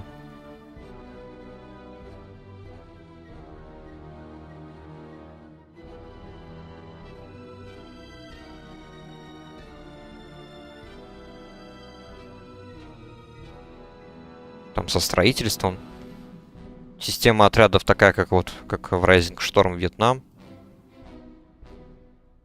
Ну такой, я за весь стрим, я кое-как еле-еле понял управление. Но счет, конечно, набить красиво я не смог. Тяжело там, конечно, стрелять. Тяжело мне вообще в целом шутеры даются. Я только, когда в школе еще учился, в подростковом возрасте, вот тогда играл в 1.6 Counter-Strike. И все.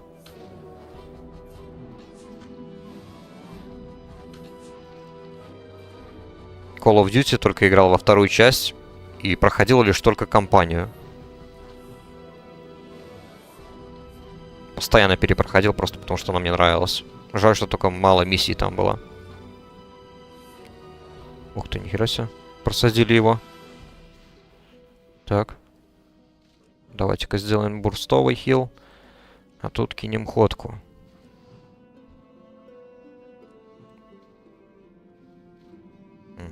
После этого надо будет отбиться.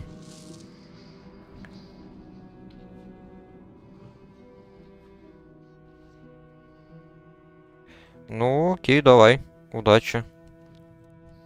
Приходи завтра. Завтра буду стримить. Тоже, ну, не знаю, посмотрим примерно во сколько. Где-то в обед, наверное. Приходи. Буду рад. Думаю, также Warcraft. Просто не знаю, буду ли я дальше за рестора завтра. Может быть, поменяю кого-нибудь. Может быть, вот с нуля начну паладина, прота. Возможно. Вспомни, как это за прот паладина играть. Думаю, сегодня всю неделю буду играть тогда в Warmane. Стримить именно.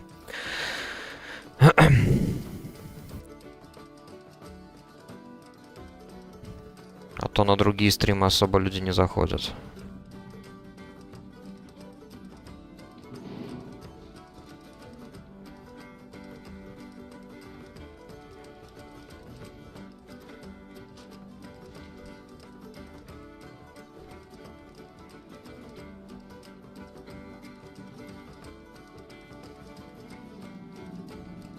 Так, пьем.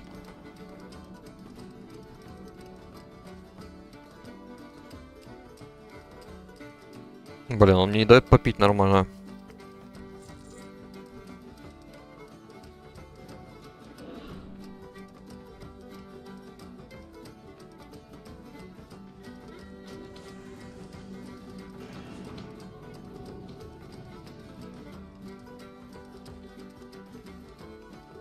Ну нормально, как-то плюс-минус ходками можно еще вроде бы держать.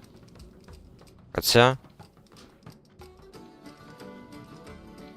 Как-то сильно его просаживают. Казалось бы, просто два элементаля. Но они еще, по-моему, АОЕ ударами стукают.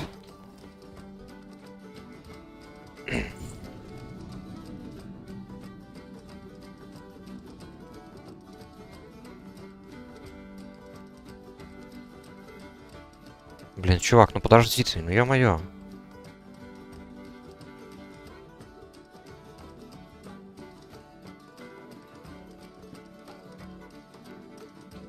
Так, успею?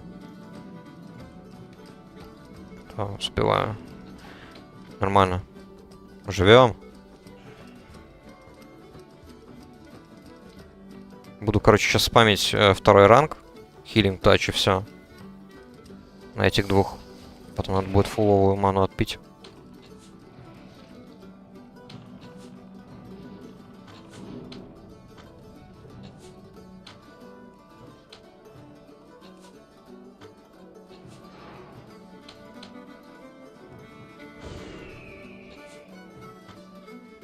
Так, все, отпиваемся. У него там, наверное, шипы заканчиваются. 35 секунд.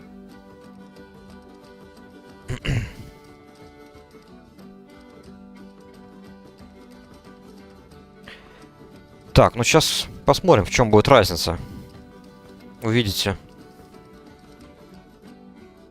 Каково это убивать принцессу Терадрас, когда у тебя целых 3 РДПС.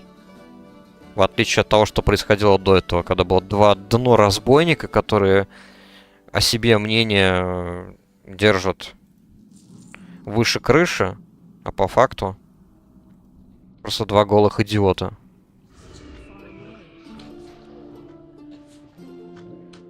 Или когда было два воина, которые хотя бы еще урон вносили.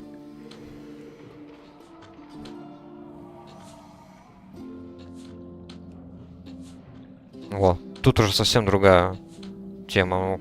Уже half HP. Половина сбрили. Изи. И хилю, по сути, только танка. Маг просто, ну ладно, слишком близко подошел. Не проблема.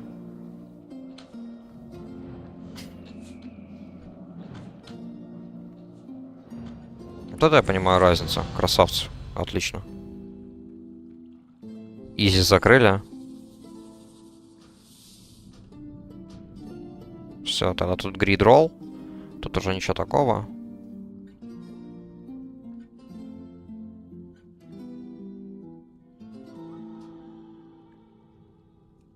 Такс. Ну все тогда.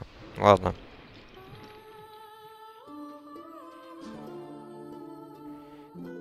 Так, ну что ж, ладно. Тогда я буду заканчивать уже на сегодня, наверное. Неплохо так все-таки прокачались, хоть и не столько, сколько я ожидал. Думал, дойду до АБК контента, но это, видимо, надо было еще пару часиков, наверное, тут постримить. Но тут уже и так почти 4 часа стрим идет. Поэтому ладно, буду завершать. Неплохо так, кстати, постримили, пообщались. Тут по разным темам, на самом деле. В общем, был рад. Завтра, не знаю, посмотрим. Либо утром, либо примерно в полдень тоже стартану. Скорее всего, все-таки, наверное, это будет прод паладин с нуля. Прям с нуля. Сделаю ему сумки, наверное. Что-то там надо будет еще. Ну, голды немножечко скину. Для старта, и все.